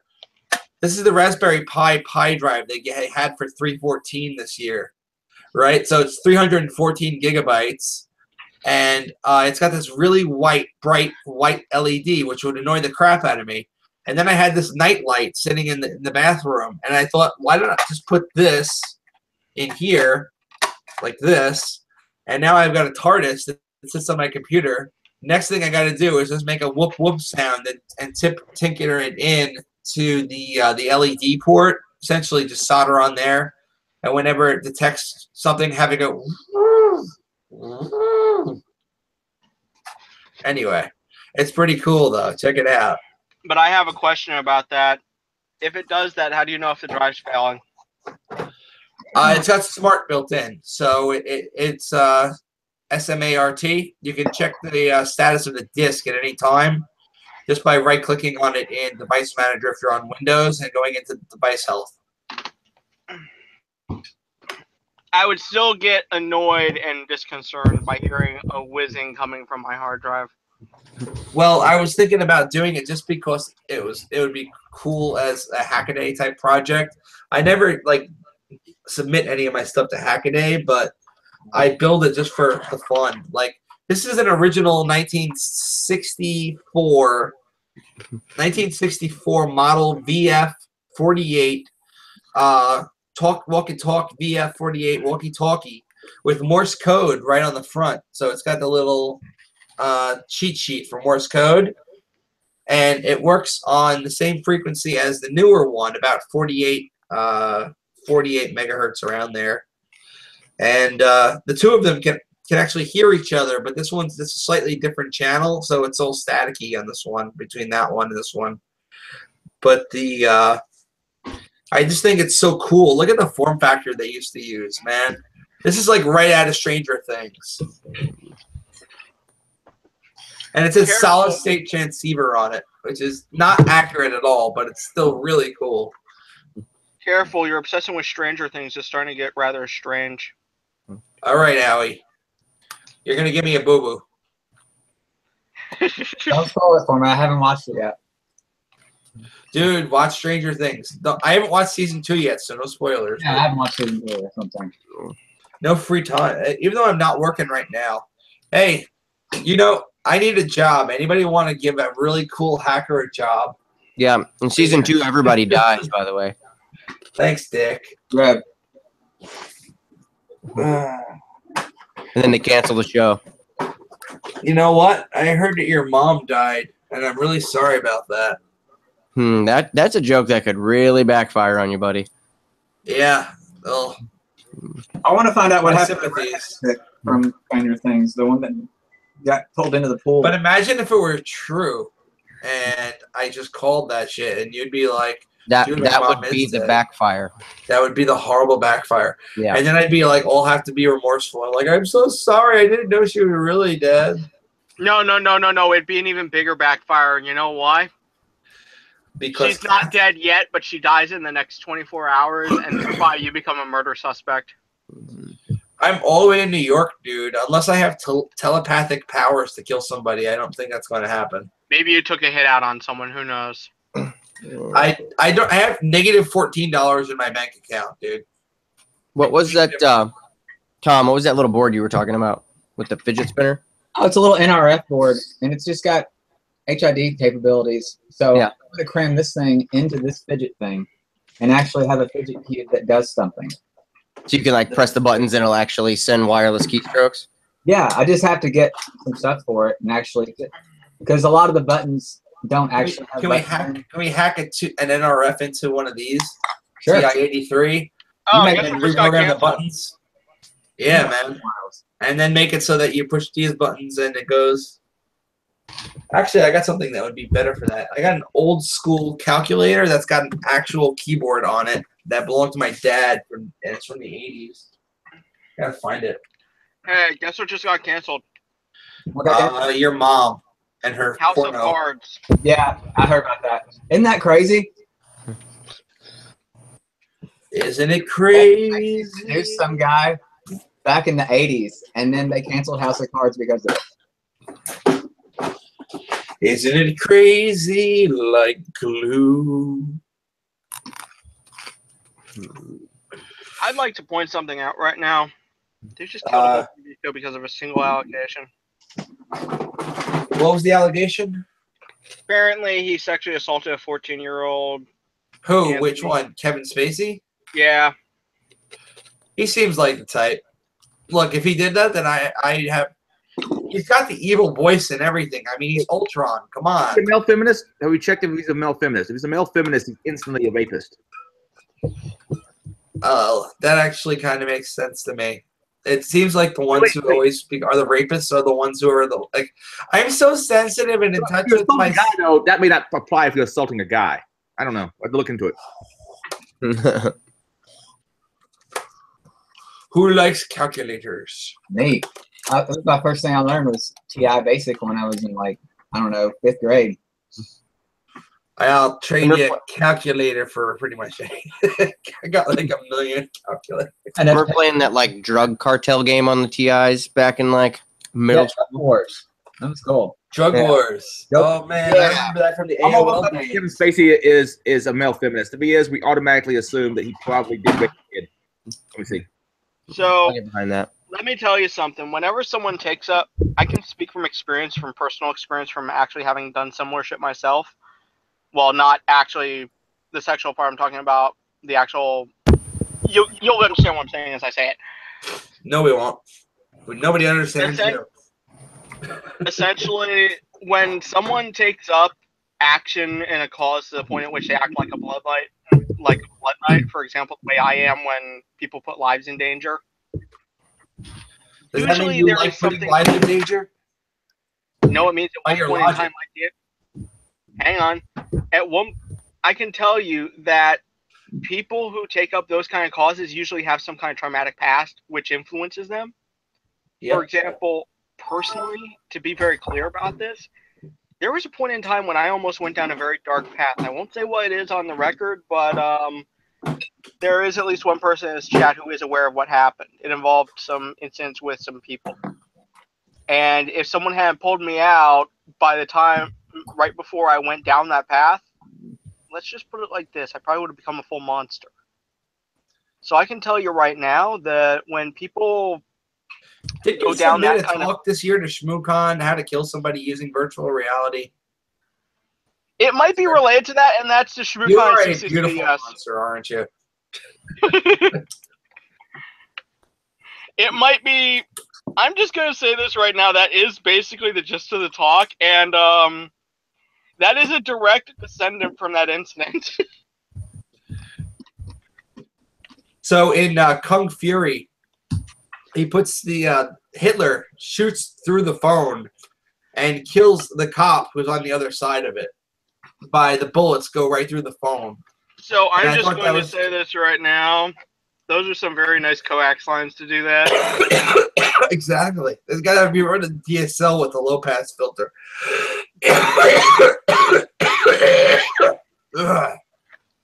Excuse me.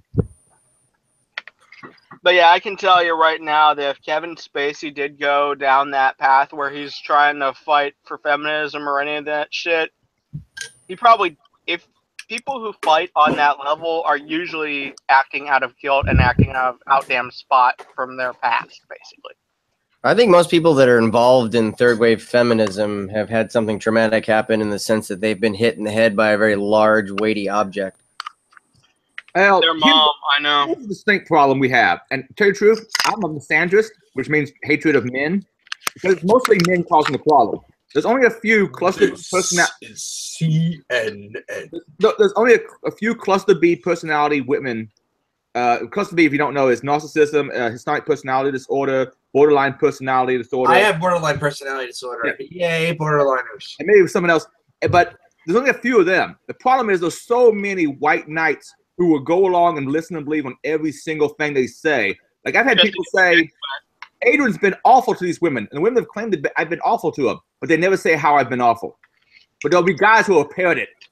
The problem is men who listen and believe and don't do a little introspection and go, okay, what exactly being said? What is the evidence? And It's like a lot of these men there's a lot of people approval from their mothers. Parrot. Are really desperate for any female approval. It's pathetic. And I can tell you right now, that shit is just like, oh dear God, what the fuck? And people like that, frankly, to be blunt about it, I think they're just trying to get their dick wet. They are. They are so introverted and they're so like they can't actually say what they want, and they can't verbalize it. So instead, they turn inward and they will. They're not white knighting. That's the wrong term, because white knighting is actually a good thing in my book. They are being just assholes who are waiting for their opportunity to take advantage of a girl when they finally get it. And they pretend to be something that they're not. They pretend to be a white knight, but they are not a white knight. They are essentially a wolf in sheep's clothing. Well, you know, I just like to follow the BJ Blazkowicz route with people like that. Well, he blew up his whole high school, didn't he? Or shot it up, didn't he? BJ Blazkowicz. Oh, is that Wolfenstein 3D? Yeah, Wolfenstein. Okay. I thought you were talking about the guys from that first high school for some reason that got shot. Columbine? Well, Columbine, because they were obsessed with Wolfenstein 3D, so that's why I made that association. They made WAD files of their high school, and that's how they prepped for when they were going to do the shooting. Do you remember the Doom WAD files for Doom 2 and Doom? You could essentially pull down a WAD editor. WAD, where's all the data? That's what the acronym was. Was it? That was pretty cool. I never was aware of what it actually stood for. Ever remastered? MOD. Yep. Yeah, I was in Masters of Doom. Nah.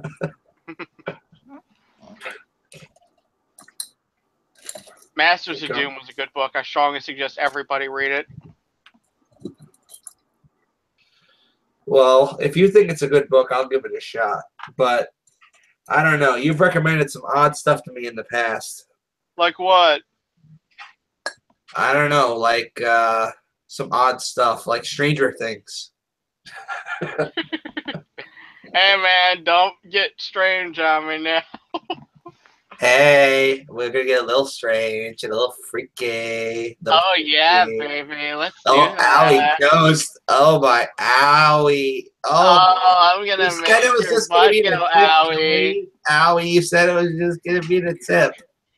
That's not, that is just the tip? Oh, my. Yep. Good book. Offensive Countermeasures, The Art of Active Defense by John Strand. It's a pretty good one. And if you don't have this one already.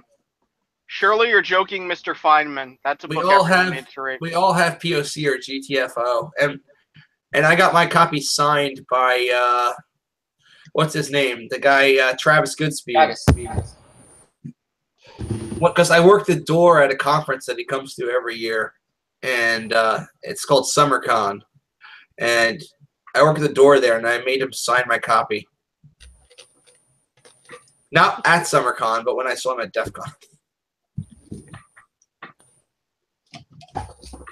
So at PumpCon, we have a local guy who looks a lot like Travis Goodspeed. So what we do every year is we just say that we just start adding Travis Goodspeed when we start making mentions about the guy. Travis is a good speed. His speed is good. His speed is very nice. If you take people's names apart, you'd be surprised what they mean. Like Leonardo da Vinci literally means golden tiger. I shit you not. There's some really interesting stuff when you take apart first name and last name and figure out what they mean. And sometimes it will really surprise you. Like, I have no idea what the hell my last name means. What's your last name? Flamenco. Hold on. Let me check it out. It means dancer. I'm pretty sure my first name, middle name, and last name basically means dark one, little dark one from the place where a crane nests. Of course it does. So you must live in Illinois, because apparently all the Klemenkos live in Illinois. Bullshit. That's the very first result when you Google your last name with Klemenko meaning is Klemenko name and meaning and Klemenko family history at ancestry.com.uk. I thought you said flamenco. Only state is Illinois. It says they only immigrated in 1920 to Illinois. You might have moved, your family might have moved since then, but apparently that's where they all went. I gotta say that's bullshit. 1790 census data. That's not free. Why should this shit not be free? If I go to the library, it's free. Why can't I click Because library? people need money, goddammit. No, I think if Aaron Schwartz had finished his work and had been able to upload all of that shit that they try to privatize, there should be a very different internet. Somebody should finish his work. I think it should be you, Klemenko. Dude, do you know what that means? That means I have to finish work. What's wrong with that? Everything. Well, you can't even finish your VR project. So. I know. Dude, we could kill people using your project. We could be gods of the internet. Well, All that the stuff should project I be did finish. You finished it? Yeah. How come I don't have a copy? Because it's actually in the process of waiting for being released. Released? So, can you, like, maybe shoot your friend an advanced copy? So I can play with it? Okay. It really is pretty easy. It's just fucking with shit, really. I'm going to be dropping the May.Ninja domain name in the next... I have the May.Ninja domain name already. I have leetinfosec.com with 1337, and I have hack24x7.com if you want either of those. I'll give you one or the other for free. I'll think about it, but for now, I'm sticking with May.Ninja for this specific attack. May.Ninja. May is the attack name. Oh. I was not talking about the attack. I was talking about your open source project, dude. Or not, or maybe closed source. Your VR headset thing that you built for socks. What's it called? Navri. Navri? See, you should have called it Navi as an ode to Serial Experiment Lane. You see, I could have, but I thought, you know, I want it to be unique on Google searches. Wait, say that again? I wanted it to be a little bit hard. I wanted it to be a little less confusing, if you know what I mean. I wanted it to stick, if you know what I mean. You wanted it to stick? I wanted it to be something which didn't show up as much on Google already. Oh, so you mean you wanted it to be like its own result. I think I understand, right? Is that what you meant? Pretty much, yeah.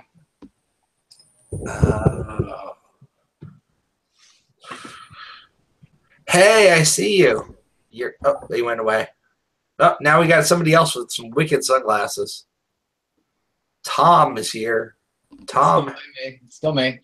Oh, Tom. Well, where's the smoking Tom? So, and as far as Navri goes, it's taking a smoke break while I figure out how the fuck to fix the goddamn fucking thing. Oh, well, give me a copy of it. I can code. I can help you with it. I'm the king of code. I even help out with the pentest framework for reasons. Dude, it's going to be a commercial project. That's going to be a legal nightmare. Oh, just send me an NDA and I'll fucking sign it. A VR project I'm working on. Let me see if I can pull it down. You're working on VR as well? Yeah, Alexa, turn on Studio. Alexa, turn on Studio. Alexa's stupid. Thank you. Okay, so obviously y'all seen this. All right, so what I have a 120 FPS camera. Yeah. See that little bitty sensor there? Yeah. I'm going to take that sensor and stick it basically right about there. How do you do an augmented reality I'm project? gonna put it right there and basically have equivalent of an eye tracker like this thing built into the Oculus Rift. Yeah, I know that Toby is already doing something similar with the Vive. Yeah, well, I've been playing with it, and I've done some dev work with OpenCV, and I mean the eye tracking works just fine if you illuminate your eye with like an infrared source and just literally just stick it right up on there. It works just fine. But yeah, I'm going to integrate probably at least one of these into one of these here soon. I want to see a really cool augmented reality project. The only thing I've seen so far that looks decent is Father.io, but that's not even really augmented reality. It's more just like Pokemon Go. I mean, there's got to be something out there that's augmented reality for real. Like, you look at a fucking thing and it tells you this is... I know Google was working on something like this, but they never released it with glass, where you look at something and it's like, that's a cup. But it actually will tell you maybe in your ear, there's like, that's a cup. libraries and everything. Micah, what's her name? Micah, the hacker, reverse engineer on YouTube. I can't remember her name, but she's got a whole library for object recognition with the cameras, and she's trained it to recognize her cat. Can you send me a link to that person? Yeah, let me find it.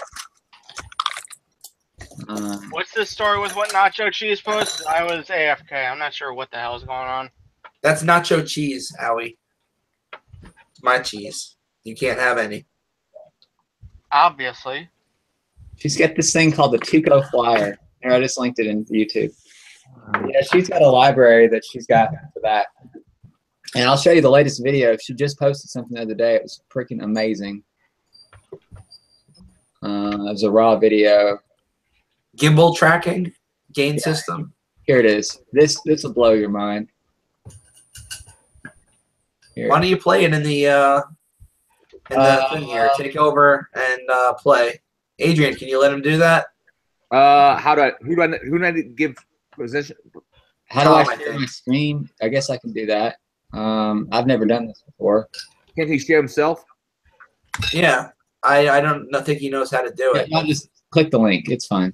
But it's pretty neat. I think I could do it. Hold on. This link? Give me a second. Oh, that is fucking wicked. Let me share my screen.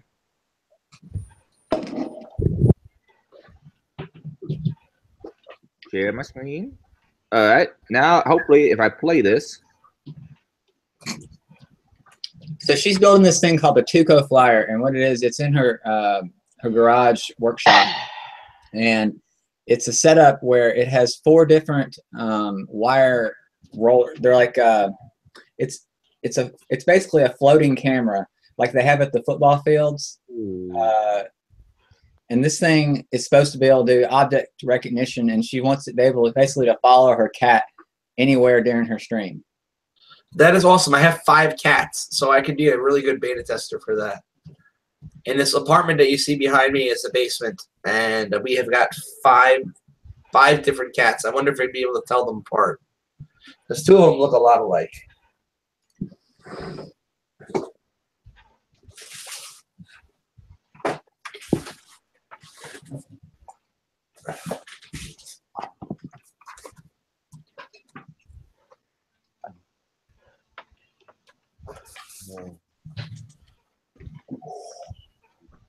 The cult of Apple. I have to say that cat, I want to pet it. I want to pet the kitty. You can't pet the pussy. Why not? Right. I will grab it by the pussy. I will grab the pussy. Then you need to go and join Kevin Spacey in the corner over there. Will Donald Trump come too? God damn it! Gotta drive right to pussy. Right to pussy. And that guy from TMZ has to be there as well.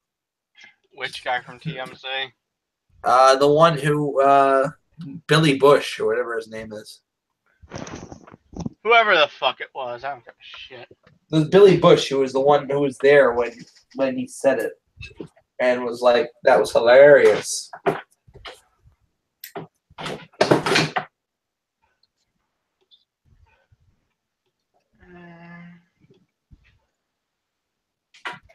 What's it called when?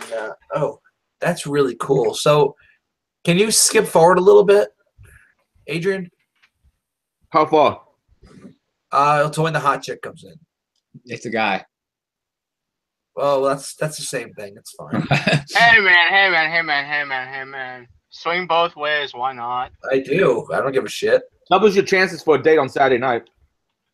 Well, I'm married to a woman, so probably wouldn't happen unless they're tranny, in which case my wife might be down for a threesome. Unless the what? I like trannies, like Okay. Bailey J. You know. All right. All right. Okay. Suitcase chair. This is so cool. It's using an object library called YOLO V2, and it's What's on it called? Nolo V2. Yeah, it's on her GitHub, and it's What kind of hardware does it require itself? just any high frequency camera. Like I think you need a camera that has a high frequency camera. High frame rate, yeah, like 120 hertz or whatever, 120 FPS or something. So like any cell phone camera would be fine if you jacked it in.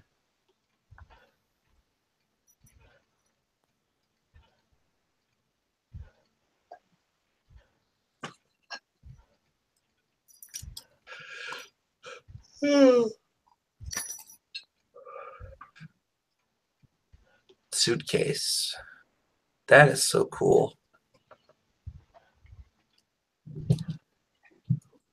It shows her age too.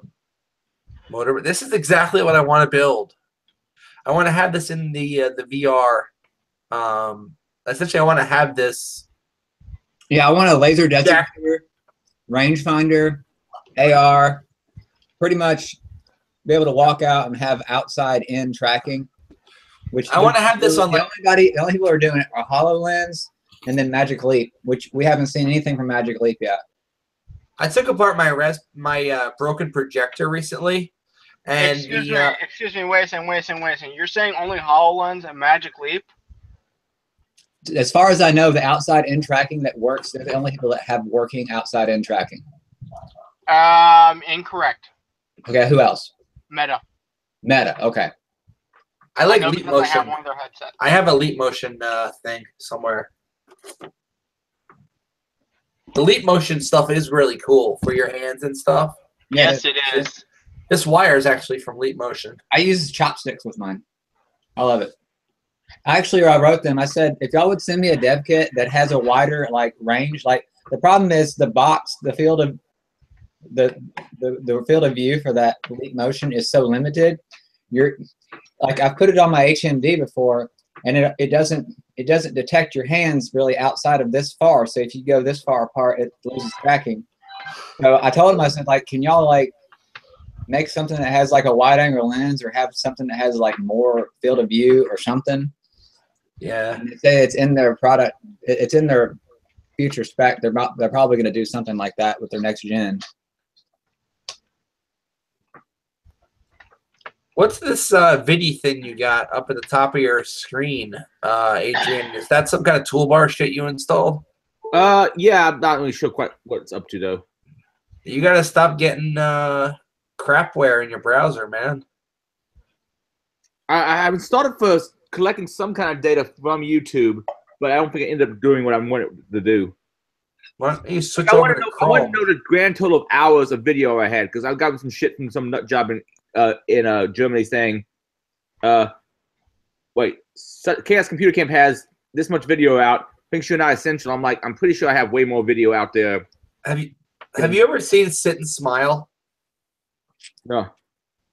There's a dude on YouTube who just does nothing but sit and smile into the camera for hours on end. And he is really curious. At one point, his apartment got robbed, and he continued to sit there and just smile into the camera. And they were like, "What the fuck?" when they walked in there, and they then just left. It's because he's that creepy. His name is Benjamin Bennett. I shit you not. He's just got hundreds of videos of himself sitting and smiling for hours. Have y'all seen this video? She's got this thing tagging her keyboard, her 3D mouse, bottles, chairs, The soldering iron. I mean, it's tagged. She's trained to like recognize everything in the room. It would seem. Yeah, but I want something like this that can do that on the outside. You know what I mean? Like you go outside and you have that. You say you hook it into your phone, right? Mm-hmm. And then you put your phone into one of those kits, man.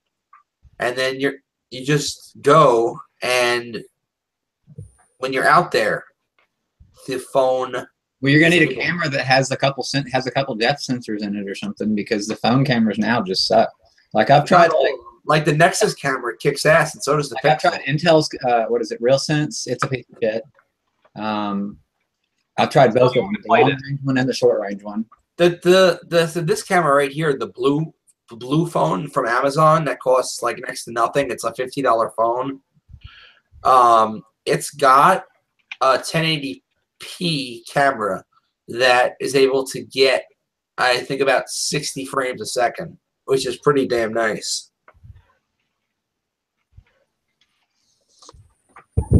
I've got to say that sit and smile bit is easily the most depressing thing I've heard all day. Oh, dude, that guy is so creepy. All right, you want me to keep this thing up? No, put up the sit and smile guy, just so we can have him play in the background. Don't do it. Don't do Yes, Do it. do it. Do it. Do Do it. it. This guy? Like any random one of those videos. Oh man, that dude is creepy.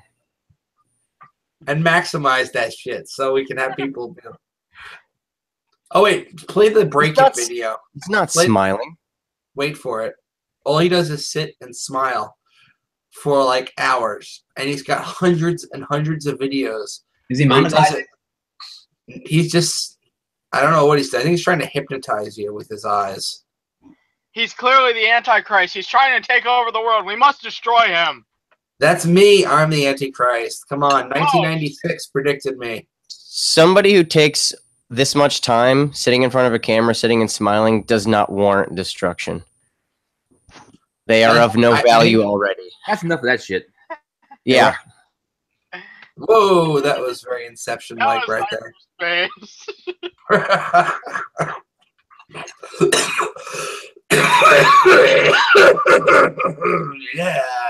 I'm gonna take another soak, man. I don't think you meant that. Oh, yeah.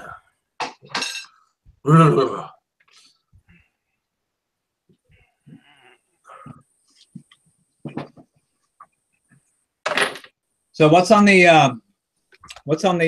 agenda tonight? I didn't get to look at the doc. We don't have one.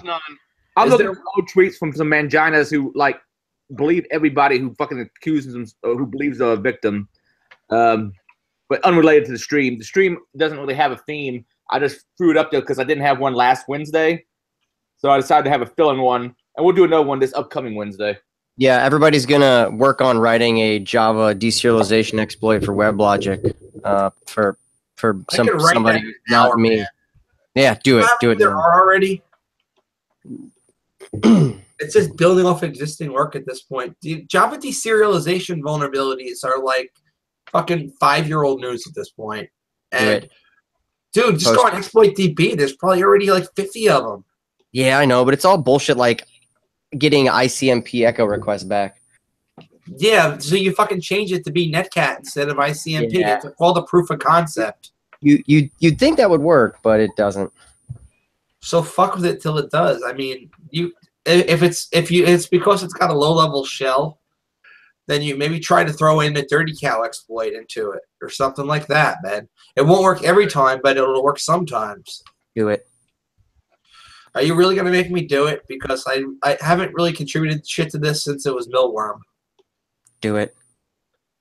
Fine. So Adrian, are you coming down to Nashville this weekend? I didn't plan to, but how much is for Freaknik? It's $30, man. Just $30. Shit. Take you a couple hours to get here. Wait, where is it? Where are we going? Nashville? Can I come? Fucking drive down here, man. Where are you at? New York. New York City. I'm from the Big Apple. No. It's too far. Far. I'm thinking about this, man. You got couch space to crash at, or what? Yes. Come on down. You're welcome anytime. Let me give this a little bit of thought, man. Because that wouldn't be I bad. know you've been doing a lot of cons lately. But this is what I wouldn't actually have any responsibilities with, and for just $30. I mean, what hotel is it at now? It's at this. It's up in Murfreesboro. It's some shit hotel. I couldn't tell you the name of it, but it's horrible. It's a decent hotel. I mean, especially considering for the money. I mean, otherwise, you get in the situation where you have $140 tickets, just to basically pay for the damn hotel. Yeah, point. How far is it from your place? From my place, it's 30 minutes. Okay. Let me think about this. I haven't been to Freaknik for quite a few years. Are you gonna videotape it too? I'm not. Someone else. We already have somebody doing it. Cool. Yeah. I've recorded one Freaknik. That was like I know it's shit, Nick. Wait, no, that's Kevin. Freaknik's been going on for a long ass time. I mean, how many Freakniks have there been? Shit. 20 something, I think. You would know his shit, Nick. I mean, I'm just saying you probably have already. Wait. How about Shit Dick? Kevin Shit Dick. There we go. You probably had that inside you. Freaknik used to be a bigger deal because there were a few hacker cons around, but yeah, I mean, it used to be in the Midwest, especially Midwest and South. There'd be like Freaknik and Nauticon had a whole lot of attendance. I get the impression both probably dropped in attendance of all the other cons out there, but it's the second longest hacker con in the United States, man. Was that? It's the second longest running hacker con in the United States. Next to that con. What about Hope and SummerCon? Well, I think Hope might be up there too. SummerCon! SummerCon is the oldest. PumpCon is older than DEFCON now. We are the oldest. We have been around longer than any of you. We just had 1 year we had to take off because the venue dropped the day before. But we are the oldest continuously running. If you don't count that 1 year where we got fucked conference, we are the oldest, man. We started this shit. Missing one consecutive year is not that big a deal. Hope is biannually anyway. I think it's 21 years now for Freaknik. It looks like its first year must have been in 97. Yeah, I remember going to Freaknik like 3 or something like that. It was at this little shitty hotel that they were literally about to tear down, and like we wired it up with Ethernet, and they let us basically have carte blanche of the whole thing because we were the last people who were going to be in it, and we totally fucking trashed it, and they didn't even care. Its heyday was when it was in Day Stadium, in my opinion. Yeah, the Days in Stadium. Yeah, that was a good time. Yeah, that was kind of a trashy hotel to a degree. It's a lot smaller than it used to be, and I'll be honest, it's a lot more kid friendly now than it was before. Like you see a lot of kids like soldering initiatives and hacking like stuff. Like I think they'll probably have like a fuzzing workshop or who knows what, but it'd be fun, you know. The website doesn't even list what the first Freaknik was at. It says for number 2 and 3, it says Drury Inn. Darien. They've all been at the first couple ones are at Darien. Okay. It doesn't list the first one as being there, just the second and the third, but that's when Johnny X was doing it. I think y'all got kicked out of that, right? Well, they bulldozed the hotel. It was gone. Apparently, my first HackerCon period was Freaknik 9 in 2005. Oh, really? Because I remember it being 2005. I just don't remember which number it was. Yeah, I remember dragging my huge I had a 24-inch CRT Trinitron. It was as big as me, and I was hauling it. It was in the middle, and it was like, I guess it was November, and it was like iced over, and I freaking fell, and I sacrificed my body to save my damn monitor because back then we were, doing LAN gaming and everything, so it was completely different. But yeah, it was just like, it was such fun carrying all your computer shit back then. I think I'm gonna bring me a big ass TV and a computer with me to Freaknik, just because, just for the fuck of it. Because what's his name, Ben the Meek? He's got a TFTP Pixie booting server that boots straight into Unreal Tournament. So like any machine you bring, if you can pixie boot, you can boot straight to UT and then get on this server. I have a question. How unreal is that, man? How unreal? It's Unreal 2004. What do you mean? That's unreal, man. Yeah, no, apparently this is gonna be Freaknik 21. Yep. Freaknik's old enough to drink. Old enough to drink.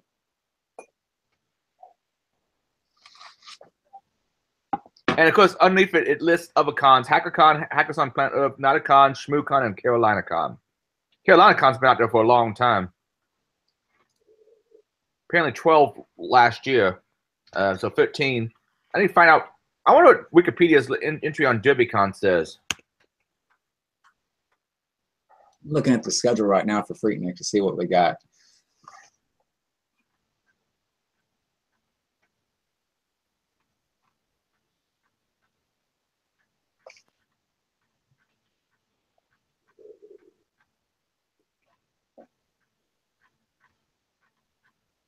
Well, at least it mentions my name on the Wikipedia entry for DerbyCon. That's nice. You sure you want your name on Wikipedia? What the fuck is wrong with you, man? No, I just don't want it on Rational Wiki. I'm on Urban Dictionary. If you Urban Dictionary Night Carnage.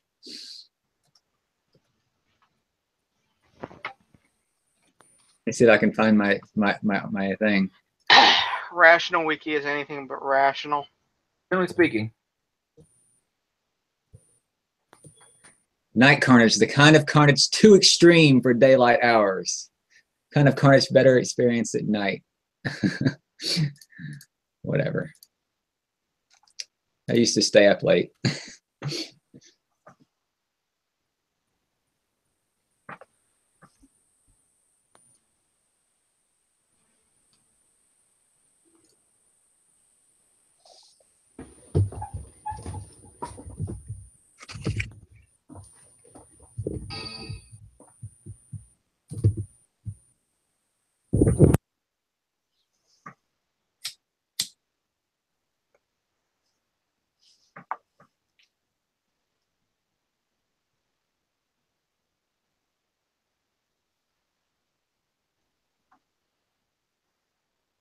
No.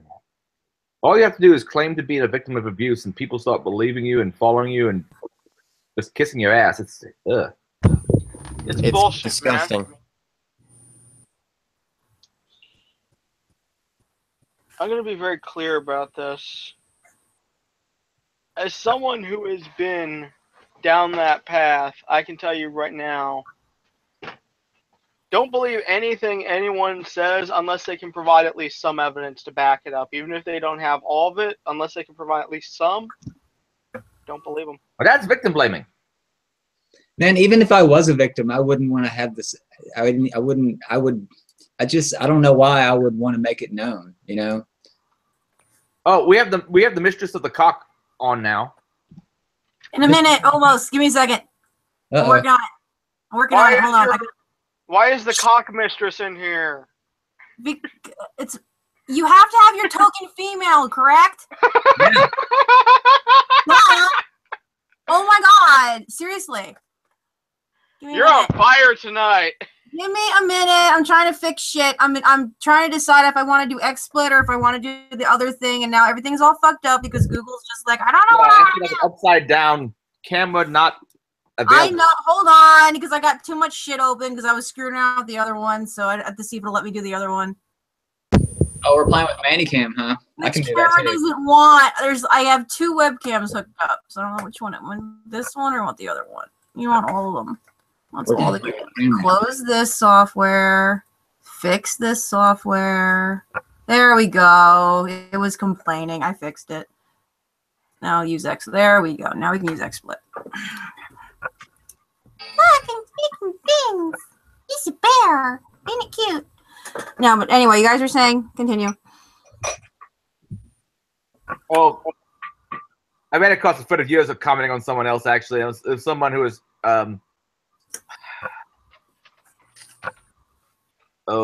talking shit about people not wanting to come to DerbyCon after some stuff. And I'm like, we sell out in 3 minutes, so we'll sell out in 5 minutes, and we won't have as many psychos. That's an improvement to me. Agreed. It's better to just say, you know what, fuck you guys, do your own thing. We're just gonna say fuck you and make cool shit and not have to deal with your sorry asses than it is to deal with people's sorry asses when they're fucking up. We were also talking about how the longest running hacker cons like SummerCon and Freaknik and of course DEF CON, and trying to figure out which one is. PumpCon.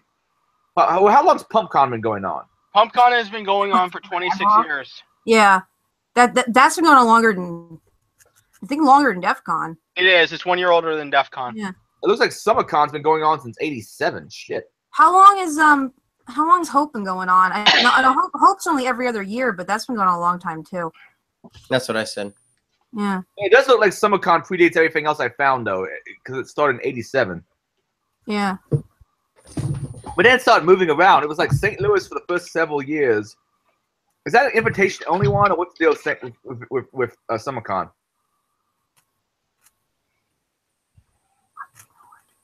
Don't know. Do not know. Well, I want to say Frank knows something about it. Well, Frank may not be here anymore. Where's Frank at? Okay, I don't see Frank anymore. No, he's gone. All right. Speak frankly, he's left. Dun. DEF CON has a great area for its venue because of people want to come to Las Vegas for other reasons. But then again, that also means you get more scene horrors. Look at how cute it is. What exactly are you doing there? I'm making a felted polar bear because I've been screwing around on live stream like all day today trying to get my software to behave itself. I'm currently running 2 web cameras doing a felting project because I'm trying to monetize my YouTube channel. We need to get more bandwidth. I desperately need more bandwidth. I think I bitched for about 2 hours about how much shit AT&T is. And then more people were watching. It was like I got up to 3 whole viewers at 2 o'clock in the afternoon with me just bitching on laying in on thick AT&T and their shit. So what exactly is felting? Well, if you can go back and watch the video, I actually started from scratch. Okay, so I literally have like bags and bags of wool like all over surrounding me. And what you do is you start with this, which is this was Brock's. And you start tying it into itself. So I start by making balls of the wool, and then I start stabbing it until it locks the fibers in place. I just lose my. I think I might just dropped my needle. No, that would be bad. I'm gonna lose my needle. Again. Wait, are you saying felt is just like fibers? That's it. It's just wool that you've just jabbed at a million times? When you do felted animals, yeah, that's all it is. Nope. When you do like felted like felt, which I could find some, but the flat felt is wool that you get really soapy and then pour water on top of, and then you massage it and they press it and they press all the water out. Huh. So that's how you make like flat felt. Soap and wool and water, and it just ties the fibers together. Interesting. Yeah, that's all it is. Oh, I cannot believe I lost my friggin' needle. You can't play anymore now. I keep breaking shit. Fuck me. I lost my needle. That was my last needle. I broke 2 today. Broke this one. Anyway. Who is Nacho? My internet's. You can say something, Nacho. I don't. I think they're muted.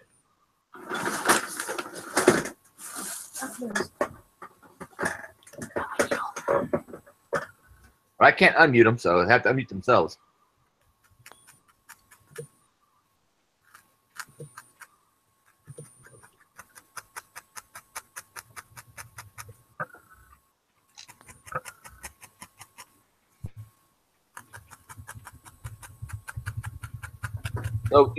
So this all like combines the various fibers, and you get like a semi-solid animal afterwards? You get like a semi-solid polar bear? Yeah. That's how I did your beard. Oh yeah, there's that. Yeah, downstairs. Oh, I got the skull. The skull came in. Cool. She's So I doing got- awesome crafts in my beard. I haven't taken it out of the box yet, but the skull came in, and the beard downstairs.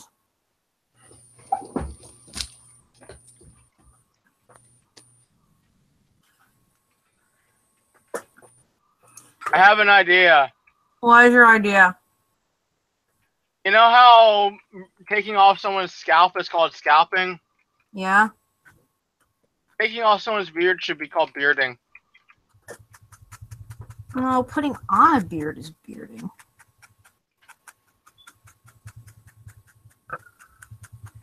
I posted his beard in the channel. Y'all want to post it? Oh yeah, that's Mary trying to wear my beard. So bad. So disgusting.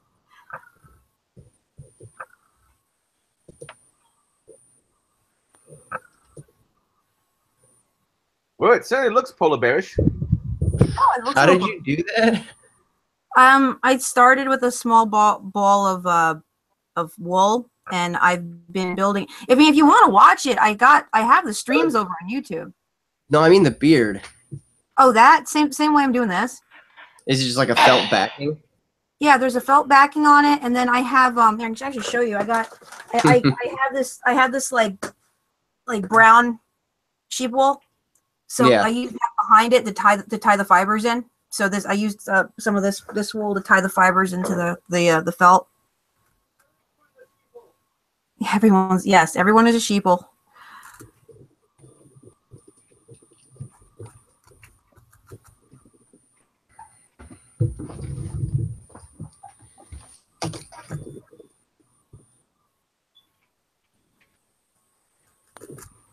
So when is Hackers on a farm this year? Next year, I mean. End of May. It's gonna be end of May. Cool. You don't have to swap up discussions just because I showed up. Okay. What were we talking about before? You were going on your rant that you've been going on the entire week of GurCon. I'm the one that I'm said you've been obsessing over.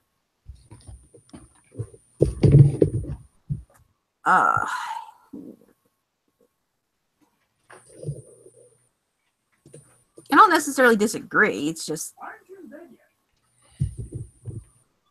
because she's a pain in the butt.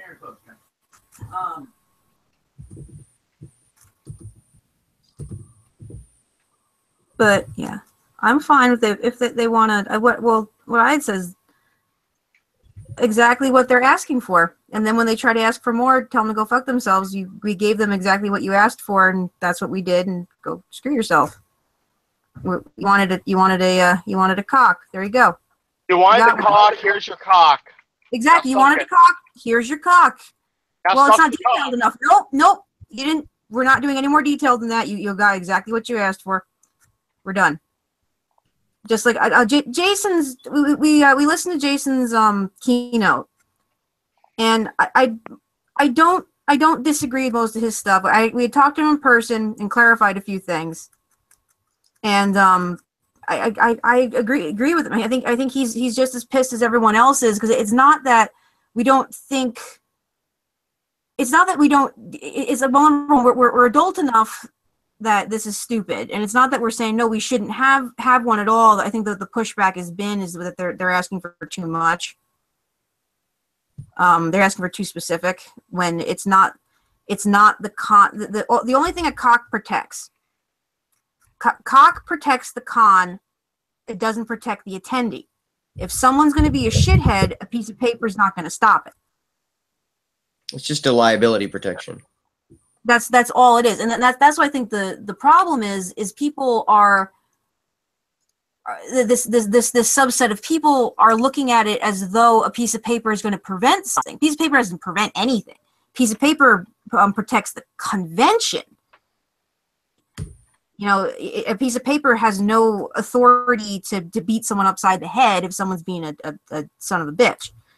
So that's the thing, is I don't think they're really understanding the power that a piece of paper does and does not have, where versus the local laws and the police and your ability to report something is much more powerful than, you know, a perceived piece of paper, at least as far as being an attendee goes.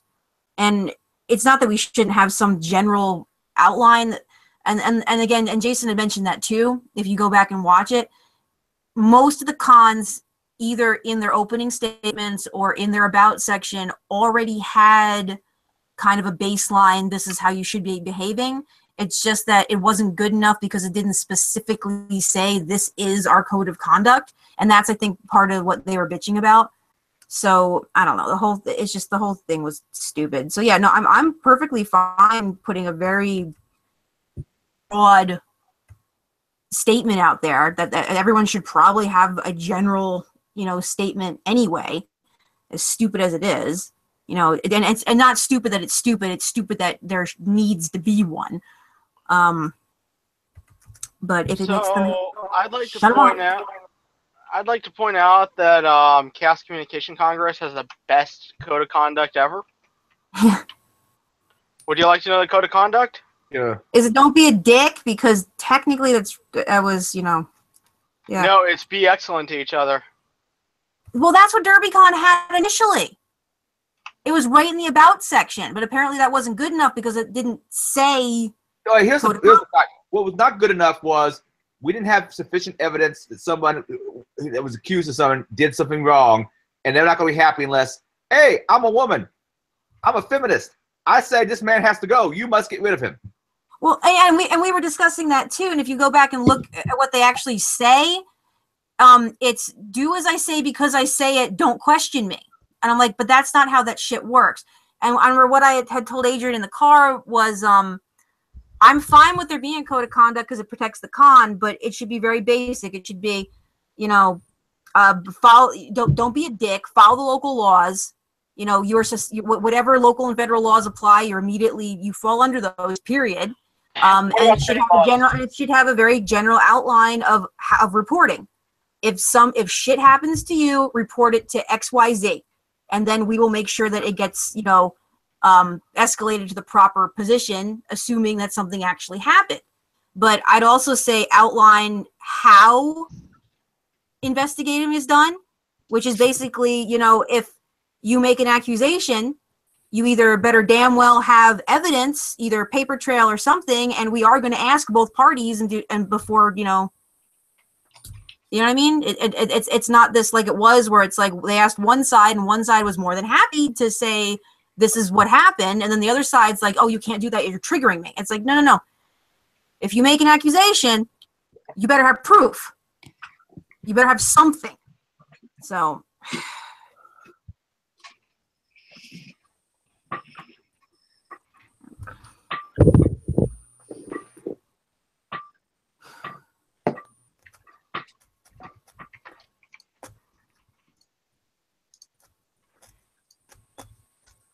I haven't been good about my eating habits and my consumption as of recently. You've been consuming too much cock is what's been going on.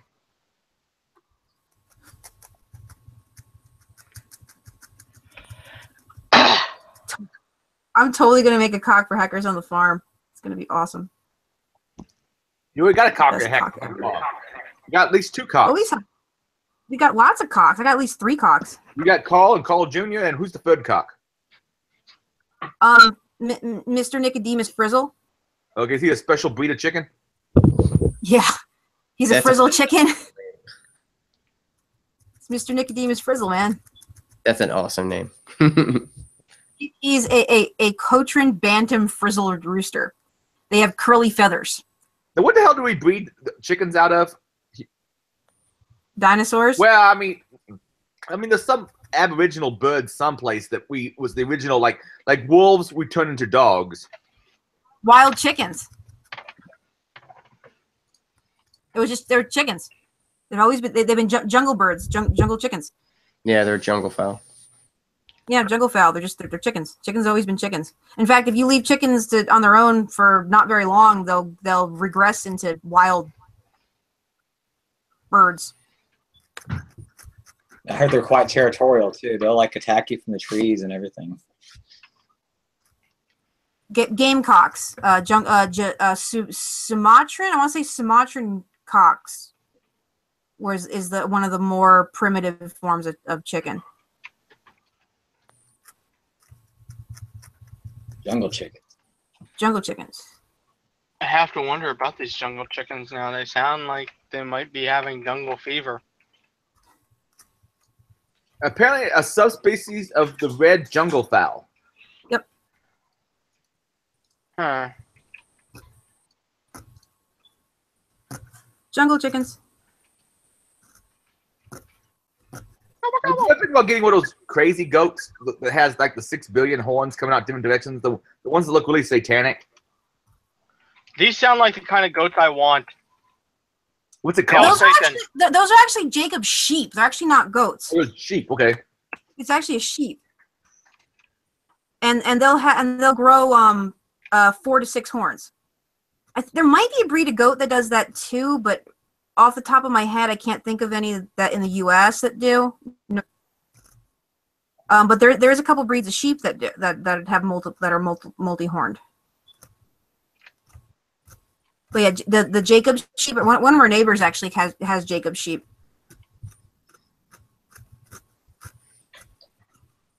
But yeah, they'll grow 4 to 6 horns.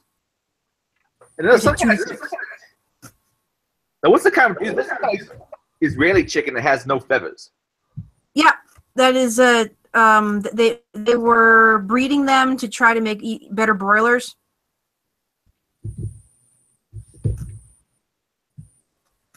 Broilers don't have a lot of feathers to begin with. Look, it's got little paws on his feet now. Look how cute. I'm gonna fix this one. Yeah, Vagcat, Kate Vag. She said she was gonna buy the polar bear. So cool. I'm trying to. It kind of feels like 3D pointillism, you know? But yeah. I like the sound it makes. Crunching? It's calming. Oh, but it is. How'd you like Gurkhan? I already know the answer, but let the people know. Oh, I love Gurkhan. Gurkhan kind of reminded me of like old DEF CON, like when it was still kind of gritty and fun. And not too big. I like the venue. I like having that Riverside thing. Though the river was really freaking high this year. Oh yeah, I got pictures of that too. All kinds of pictures. I like to think that even though we're getting to be a big fucking industry and there's no real way to get around that, sorry is the truth. I like to think that the old aspects are going to keep popping up even as the cons start to grow too big to be functional in the good way. So I think that, well, as the smaller cons continue to grow big and lose that old hacker fam feeling, I think other ones will pop up. Well, everything's always cyclical and everything always rotates. What was kind of nice, we realized at Gurkhan this year is pretty much all of the SJWs were at Hackfest. So they were all kind of doing their own thing, and we were kind of all doing our own thing, and so it was kind of nice that we were segmented. So maybe it wouldn't be a bad thing if they did just segment themselves out. I think the best thing that could happen to society is that the SJWs marginalize themselves. Like I said, if that's, because the rest of us can all play nice together and put away subtle differences for a couple of days and get to work. Exactly. If they're going to be that petty, it's not really helping anybody. It's called maturity. It's called not being a fucking idiot. Yeah, I know there was another term for some faces some people were making, but in the thing, and there was a decent amount of women at GER though.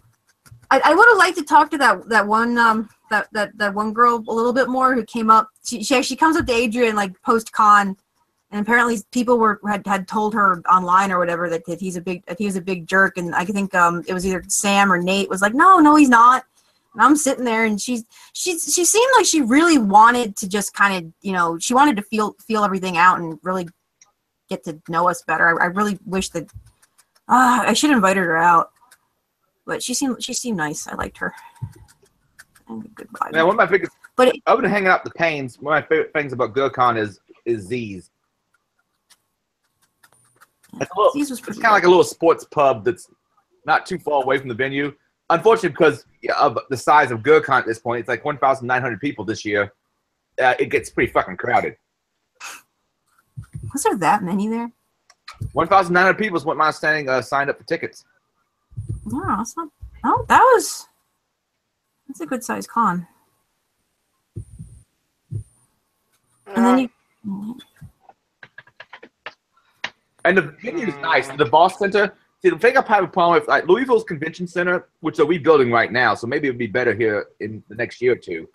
The Voss Center is much nicer on the inside than the Louisville Convention Center is. I don't know. It's quite, there's something to be said for being directly connected to a hotel. Then again, we were connected to a hotel this year.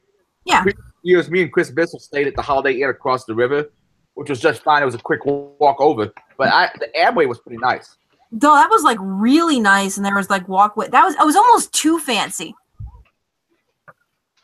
Yeah, I got blown off by the gift shop lady because I had showed up like just after con in like a black hoodie and like my little skull hat and do you carry any Dutch chocolate? Because I didn't want to have to go.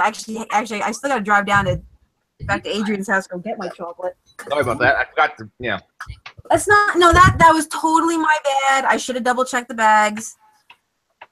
So, but she's like looking at me and she's just like, nah. It's like no, we don't have any of that here. I'm like, I'm not homeless. I'm staying in the hotel.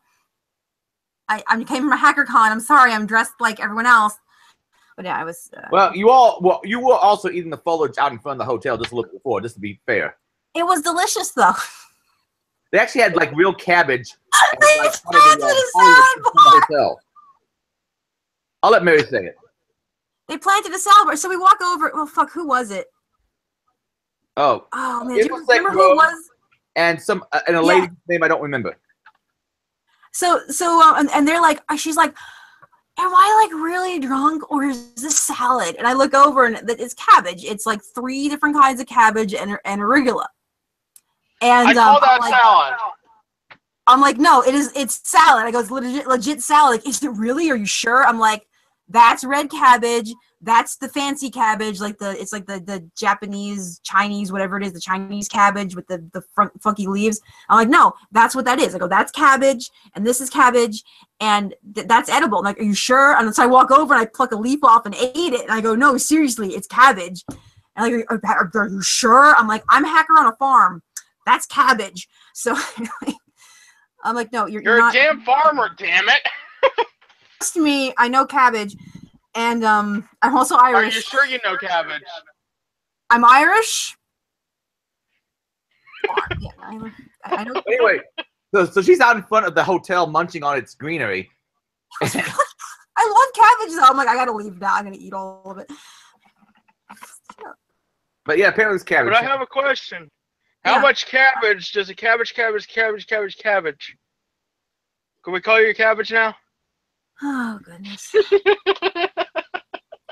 Cabbage is nummy. Cabbage. I think we'll make this last to about 10. Then I need to get to sleep and get work done in the morning. Yeah, tomorrow's Halloween. I gotta get up early and paint my child. You got any cool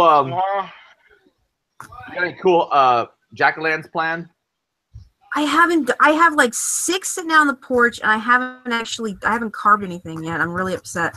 I don't know. I've done all kinds of. Someone carved a jack-o'-lantern of a cat's butt.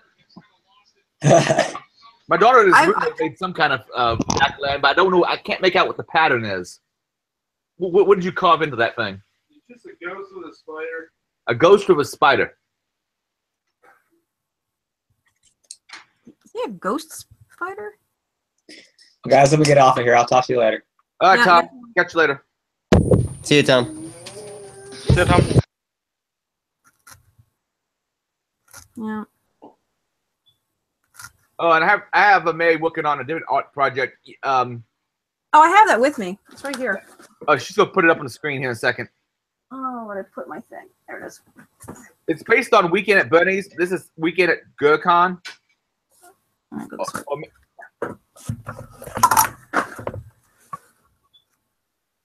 There. So we got that one. And the idea is, you all know about. Have you heard about GurCon and the dead dinosaur? I'll take that as a no. So, What is that noise in the background? Hockey. All right. My parents watching hockey. A few GurCons ago, what happened was there was someone they fucking passed out drunk in the general food area. I'm gonna temporarily mute you. Unmute when you have something to say, okay? All right, Sorry. that's okay. A couple years ago, at GurCon, they found somebody in the food area. It was kind of like looked like he was passed out drunk. A bunch of people apparently took photos of him and all that shit. And he has hands frozen up like, well, crap. I have to turn on my camera to actually do this. So he had an aneurysm. That was legitimately what happens. all right, they find out later the guy is not drunk. He had an aneurysm or something like that. And one of the British guys commented something like, he looks like a goddamn T-Rex. And since then, there's been a running theme of, damn, that double chin showed up bad on that camera. Ever since then, it's been a running theme of like dead dinosaurs. So the Weekend at Bernie's thing that Mary's got here is the idea is, well, Weekend at GurCon, that's Jamie Payne and Chris Payne holding up a dead dinosaur. Bessie. Bessie. Well, Bessie, as far as we know, is not dead. Hopefully she survived it, but we don't know. You don't think so? I think she needs some time to hibernate, but she'll rise again. Yeah, We did CPR on her. Bessie's this inflatable dinosaur that they take from who has custody of that, Beltface or Frank the Tank? Amanda's had it, and I think Bats has had it, so I think it floats. Because I think I've seen Info Sister with it and Miss Bats with it.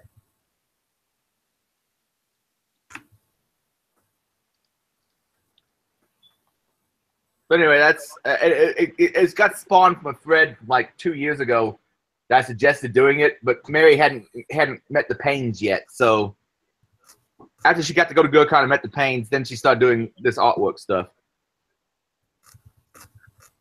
And we'll eventually get something set up for him. Yeah.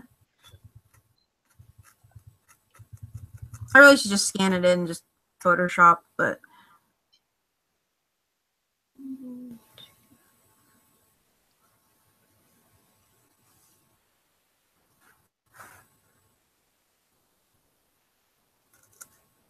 I meant to go to the gym today, but after taking the wheelchair by my uncle's house, I just really didn't feel like doing anything. Oh. Ow. Man, that place is overgrown. I just wish I want to get everything liquidated and sold and not have to worry about, the legal ramifications. Like right now, I need to pay back taxes on my uncle's property down in Arizona. Which doesn't amount to a whole lot of property. I want to say it's like $4,000 total in property. But the yearly taxes is like just under $400. That's not too bad. He's got the money in his account, or his estate account for me to pay it, so it's not a huge issue. Though now I have a bunch of checkbooks laying around, some of mine, some of his, and I accidentally almost paid one of my own check bills with his stuff, and I got to keep from accidentally doing that shit.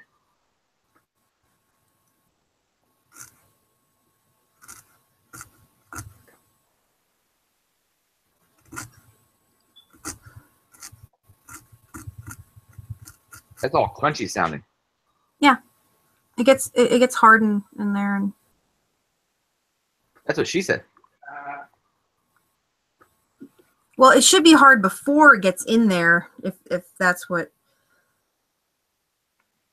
You're implying that this isn't like, you know, actually, no, I'm going somewhere with that and I forgot where I was going.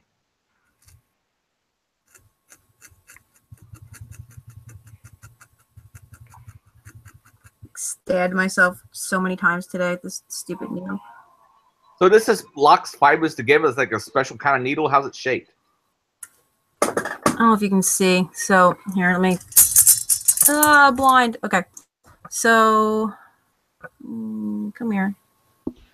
Zoom. All right. Oh, almost. Come on, focus.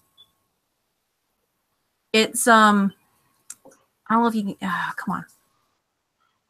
If there's like little hooks that only go one direction. Describe it. Like the boy band. Yeah, but you see. Okay, you can kind of see there the light hitting it. When they go in, they grab the fibers and push in, but then they're smooth coming out. So it forces them to go down, and then it drops them. So it's like the opposite of a bee's sting. Yeah. So it locks the fibers inside.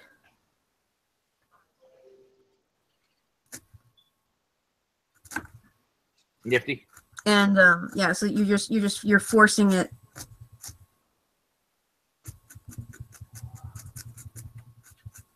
In there. I'm almost done with this. So. All right, but folks, I don't have a whole lot else to say tonight. Though for next Wednesday, come up with some shit and add it to the fucking show notes. Because I'm a lazy bastard. I got things we could talk about. Well, do we want to try different topics? A lot of times you can cover news and so forth. And actually, if someone has a good understanding of the recent WPA2 attack problems, I'd be interested in hearing about it. Which attack problems? The crack stuff and the RSA, or is there more stuff that's come out since then? I don't remember what they called it. I think crack is the most prevalent one. Yeah, crack. The crack and RSA was the prevalent one, and then I of course called it Kraken because when it came out, we were watching Pirates of the Caribbean, so I totally fucked that shit up. It was beautiful.